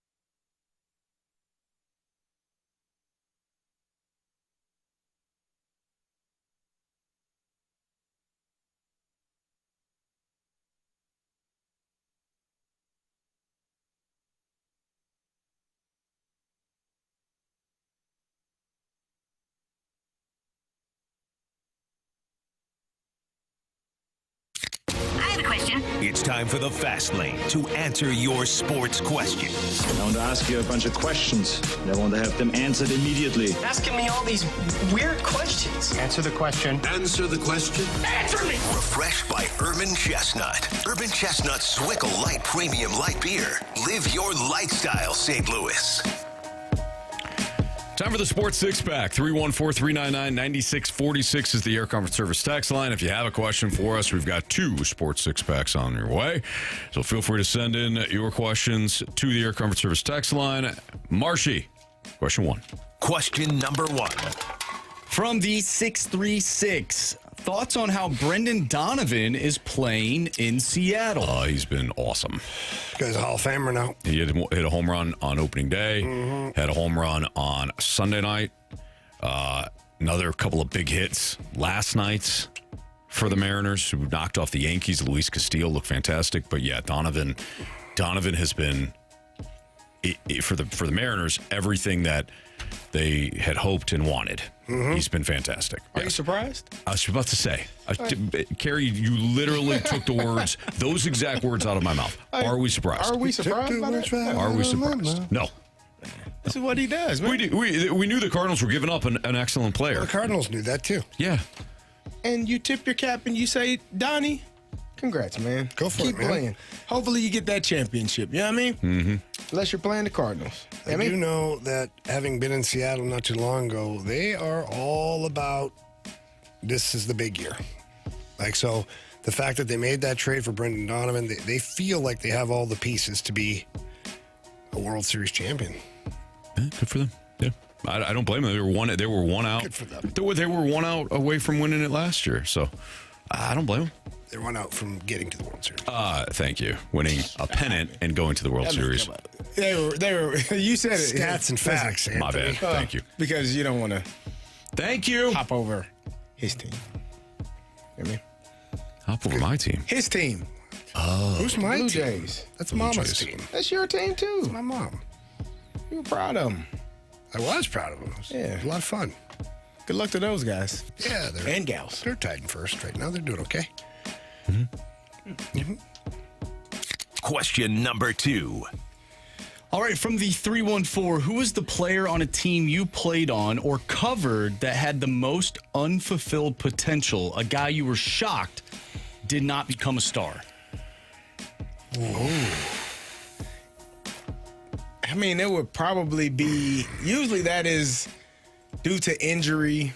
I don't know who that would be, though. Like, I think most of the guys that were stars were stars. I'm trying to think of like a guy that maybe was a high draft pick and I have one came in and didn't have the success that, you thought he would. I don't know who that would be, though. I have one, but I don't know if I was shocked by it, but I was surprised he didn't have a better career, and that would be Tavon Austin. That's a good one. Just based on and then that draft, that first round wound up being terrible, like across the board in the NFL. But I just thought that Tavon Austin was going to carve out a very significant role for the Rams. I don't think that was his fault, though. But you know what? I think because he came in, and I think everyone assumed like Danny Amendola had a really good time, did really well while he was here, and you just assumed, we got an upgrade at that same position. And then lo and behold, they got him playing outside receiver and that running back. What the hell are we doing? And running him up the tackle. What are we doing? Between the tackles. Whose side? Listen, I think football coaching is an outstanding job, and I think they get paid a lot of money. I think they work really hard. But whose dumbass sat in there for 18 hours one night and said, you know what we should do? We should play Tavon Austin at tailback and run ISO. Which one of the dumbass coaches decided that, and which one of the dumbass coaches agreed? Mm-hmm. Everyone say, aye. You all are dumbasses. That's a dumbass decision, man. Mm-hmm. Just saying. How do you really feel? You tell your wife, somebody went home and told their wife, honey, we got an innovative thing we're going to do this weekend. And that's what you see? You sat your dumb ass at that office for 18 hours and came up with that? Man, you need to figure out something else to do. That's not good ball, man. So you don't like it? That was a terrible decision, man. Like my kids at home playing without daddy, and I'm at work doing these dumbass things. I missed a recital for this dumbass idea. Yeah. Like, hey, come on, man. Let my daughters play. To draw up the Tavon Austin ISO play. ISO. Now, I will say this about Tavon Austin. Sean McVay had him, shipped him out. Dallas got him, and I can't remember who was in Dallas at the time, but I think he was a decent play caller. He gets to San Francisco in 2020. He's with Kyle Shanahan. Shanahan says, I'm good. Matt LaFleur, same year. I'm good. Like, he went to some pretty good play callers, and they couldn't really figure him out either. Yeah. I think the Rams ruined it, though, to start. They drafted him, let him play in the slot, let him be a nightmare matchup for a safety or a linebacker that you want to walk out there. Put him on a third corner because that's who usually the slot corners are. Mm-hmm. And let's have a good time. Let's give him some matchup. And then, if you want to put him in the backfield and motion him out or run him on sweeps or whatever. But you sat there and ran that man. You ran him like he was Steven Jackson. Yes, sir. Up the middle. Mm-hmm. That's probably not good. Man, come on, man. Question number 3. Did you guys have one? Yeah, we got to move it along. Man, I was going to say Alexander Degg. Okay. First overall, it never panned out. Yeah. From the 573, what up, fellas? What up? Do you think Major League Baseball will implement some sort of performance review with the new ABS system, or will umps with a terrible track record just continue to get away with it? C.B. Buckner at this point is getting away with baseball murder. He's been doing that for a while, though, Anthony. He certainly has. That's bad, man. Like, and it's got to be, it has to be embarrassing. Like, it's one thing. He was embarrassed one time. You guess he was mad. Yeah, it's he one got thing. mad that he was wrong again, and they called him on it. Yeah. It's one thing to get it wrong without the challenge system, and there's no repercussion. but they're challenging almost every ball, every pitch. Well, your percentages with CB Buckner, even, how about this? He got, 5 wrong? 6 wrong. 6 wrong that game. But then when you go through, the umpire report card, it was like another 14 he got wrong, too, but they didn't challenge it. That were out of the strike zone that he called. That's sick, man. That's sick. That's terrible. I saw one the other day. I mean, this pitch went right down the middle. It was called a ball. And so they did the ABS challenge system, and it showed. I mean, it was right down the heart of the plate, right down the middle. So, but let me ask you guys this on this topic, because there has to be repercussions. And I'm not saying that CB Buckner and ump X, Y, and Z need to lose their jobs. I'm not saying that.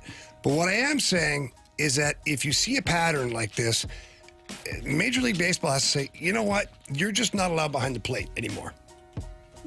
And we're going to be monitoring your calls at first and second and third. We're going to check it out. But no chance of going back behind the plate anymore, because your percentages are terrible and the challenges. So are you. Because I know the union's strong, and I know they have a hard time firing umps. But this is, I would say, a fireable offense, but it's certainly an offense where you can move them out from said spot. I think it's fireable. I mean, good luck. Motion. PT said it's one of the hardest things to do is in Major League Baseball to fire the umps. How do you allow? Well, then you can't be behind the plate, like you said. That's what I said. Just take him out of there. You cannot. It's and maybe it'll get to the point where it's so embarrassing that he'll just step away, leave of absence. I think he's blissfully unaware. Later on in the game, he throws Alex Cora out of the game. Yeah. So he gets mad because he sucked all day and throws the manager out. Right. Maybe that was on a check swing too. The whole game he didn't check with the first base guy. But all game he had been doing that except for that one instance. Maybe something happens to him. Too many cameras. Too many cameras.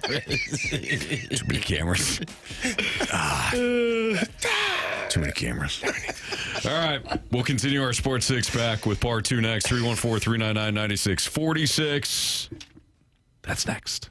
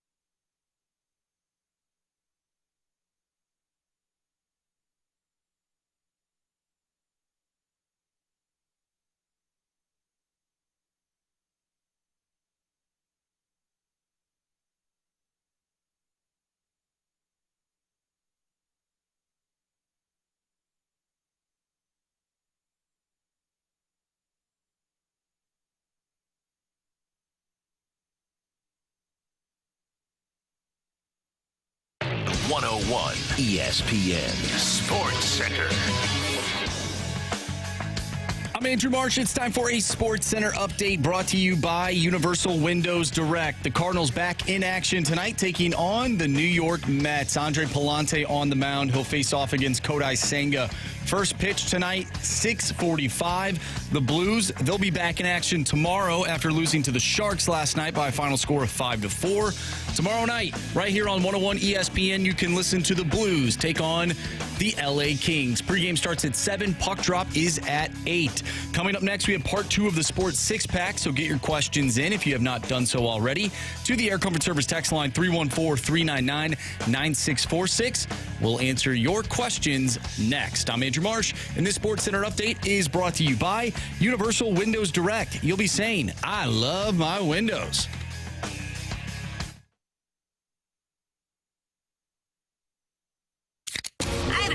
It's time for the Fast Lane to answer your sports questions. I want to ask you a bunch of questions, and I want to have them answered immediately. Asking me all these weird questions. Answer the question. Answer the question. Answer me! Refreshed by Urban Chestnut. Urban Chestnut Swickle Light Premium Light Beer. Live your lifestyle, St. Louis. It's Fastlane on 101 ESPN. Time for part 2 of the Sports Six-Pack. This is where you can submit your questions to the Air Comfort Service text line at 314-399-9646, and we'll answer them. Marshy, question 4, please. Question number 4. From the 661, happy April Fool's Awareness Day. Looking for some ideas, and thought I'd ask you, what's the best practical joke you've pulled off or fell victim to? Go. There's this one time I was going down to Enterprise, and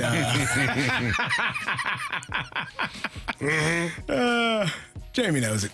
He knows it pretty well. That's the one I fell victim to. Yeah, the one I pulled. Yeah, that was great. Well, finish it. Tell the story. So Jamie for those that don't know, sets us up for parking with a great guy named Brandon. And I get down and I say, "Hey, Brandon, you want to play a prank on Jamie?" Like, I don't know. I said, trust me, it'll be fun. You do want to play this. So I park my car. Jamie is, again, he gets us, Brandon, tells Brandon to help us out and get us with parking. Brandon does a great job of doing that. Park my car, and Brandon and I are standing there talking, saying, I'm going to call Jamie and tell him that we're having issues with this parking, and you're being a bleep. You know what I mean? You're being a jerk. You're being rude and disrespectful. And then after I call him, you call him and say, Jamie, I don't know what's up with your guy, Carey. He's being rude. He's being rude. He's being a jerk.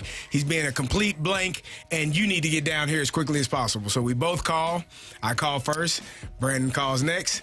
I like calling it the same that they're beeping in on each other. As he's calling, I call back and say, if you don't hurry up, it's going to get bad. I'm going to punch him in the face. You should get down here now. What? Jamie's like, calm down. Oh, well, I don't know what the heck is going on. Here I come. So as he's walking down, Brandon and I are standing there talking calmly. We see him walk out the door, and then we ramp it up. We start going back and forth. I'm sick of you. I'm sick of you. You're wrong. You shouldn't have done this. Yeah. I don't know what. And Jamie comes over. I said, Jamie, you won't believe what he just said to me. He's like, calm down, Carey. Brandon's like, Jamie, you won't believe what he's done, what he's doing. Hey, Brandon, calm down. What's really going on? I'm like, guys, what the hell's going on here? I said, no, Jamie, let me tell you something. We're just playing, man. It was great. I mean, it was great. I was like, what could they possibly Jeremy be Rutherford fighting was down there watching. He was like, what's going on? He didn't know what the hell's going on either. But, Brandon's one of the nicest human beings Good dude, ever. really good dude. And, Carey's a great guy, doesn't have problems with people. Like, how could this possibly have gotten to this point? Yeah. And I'm like downstairs in the Enterprise. I'm like, really, guys? Like, I got to walk out there? And then I was like, he was like, got me. Yeah, that was good. That was good. And with all that being said, that was less stressful than when Anthony was late giving Jamie his food when we went to the Enterprise Center. He freaked out more with the food order. Sorry, I had to unhinge my jaw like a milk snake just to eat my friggin' lunch so I could eat something before we got on the air. I picked up his lunch. It was ice cold, too. It was not. I know it wasn't. Picked up his lunch for him. Yeah, you're welcome. He threw it out to the group. Hey, anybody, I'm going to be down here all day. Anybody can pick me up lunch, blah, blah, blah. Marshy, Carey flat out ignored you. They weren't awake yet. I said, yes, Jamie, of course, man. Let me That's pick great. you up Let me some bring lunch. it to you at 1:55. He was unbelievable. Very. What have you been doing? He was more ticked off at me bringing him lunch than, Why are you just getting here? than you and Brandon arguing in the parking lot. What the hell are you doing, man? I'm not faking it, then, Very true. It's a good call. Oh, man. I'll tell just really quick because we're running up against it. But Jamie, Michelle Smallman, and Randy Carricker pulled an excellent prank against me a long time ago in the Gauntlet. So, local comedian Greg Warren was, I don't know, I guess he's a friend of Randy and Michelle's, and they decided to pull this prank on me during the Gauntlet where Greg calls up and he's like this super fan of mine.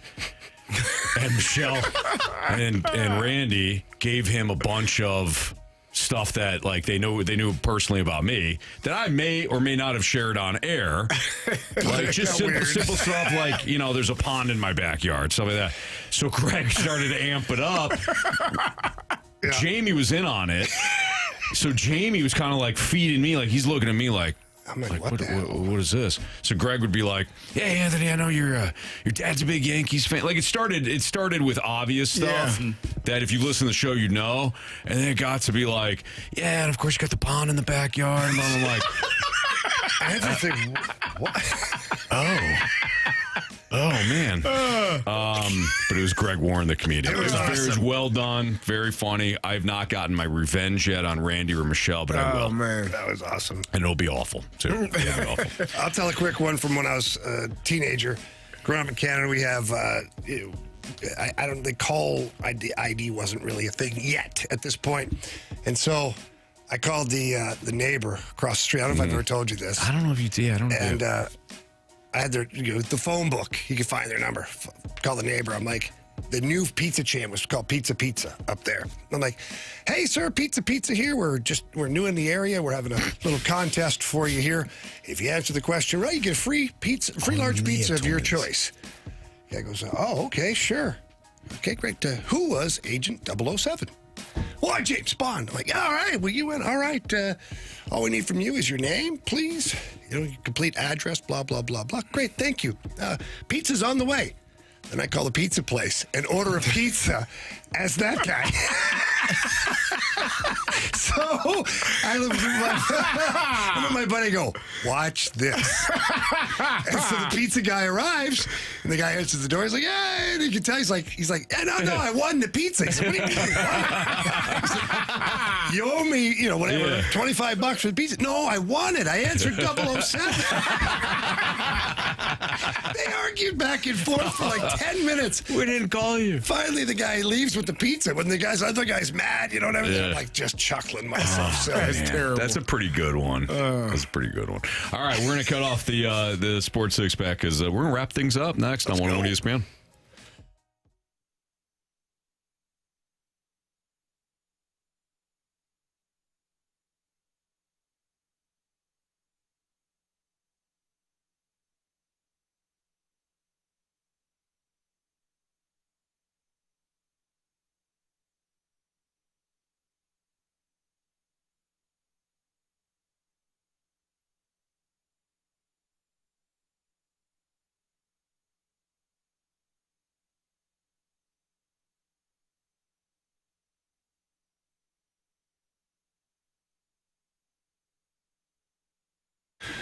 If you're looking to sell your home and you want to sell quickly, there's really only one person to call. That's Gloria Liu with Your Home Sold Guaranteed Realty. Look, Gloria does an amazing job. I've had the chance to sit down and talk to her on multiple occasions, and there's really not anything crazy that she does. She just knows how to price your home.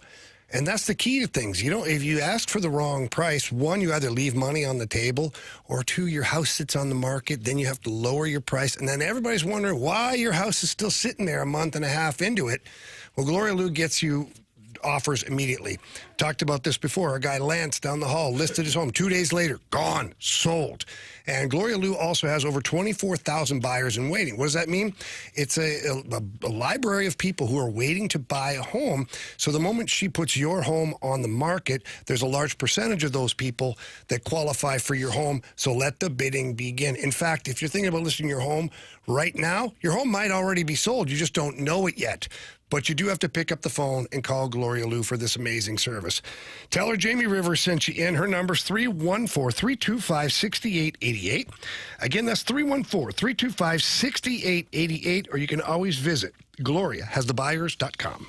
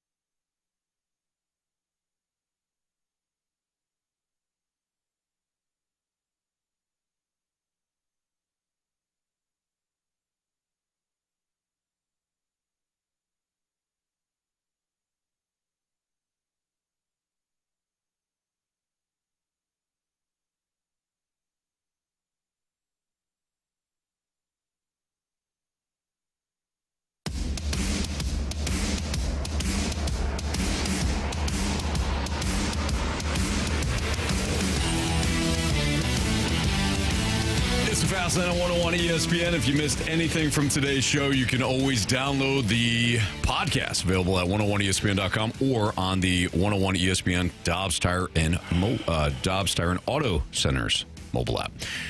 All the podcasts brought to you by Schaefer Door Company. Time to find out what everybody learned. Jamie, what'd you learn today? I learned that Carey Davis absolutely hated the way the Rams used Tavon Austin. Ridiculous.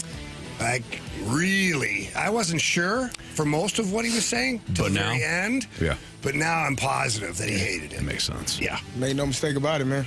Carey, what'd you learn? I learned that sometimes NFL coaches come up with dumbass ideas.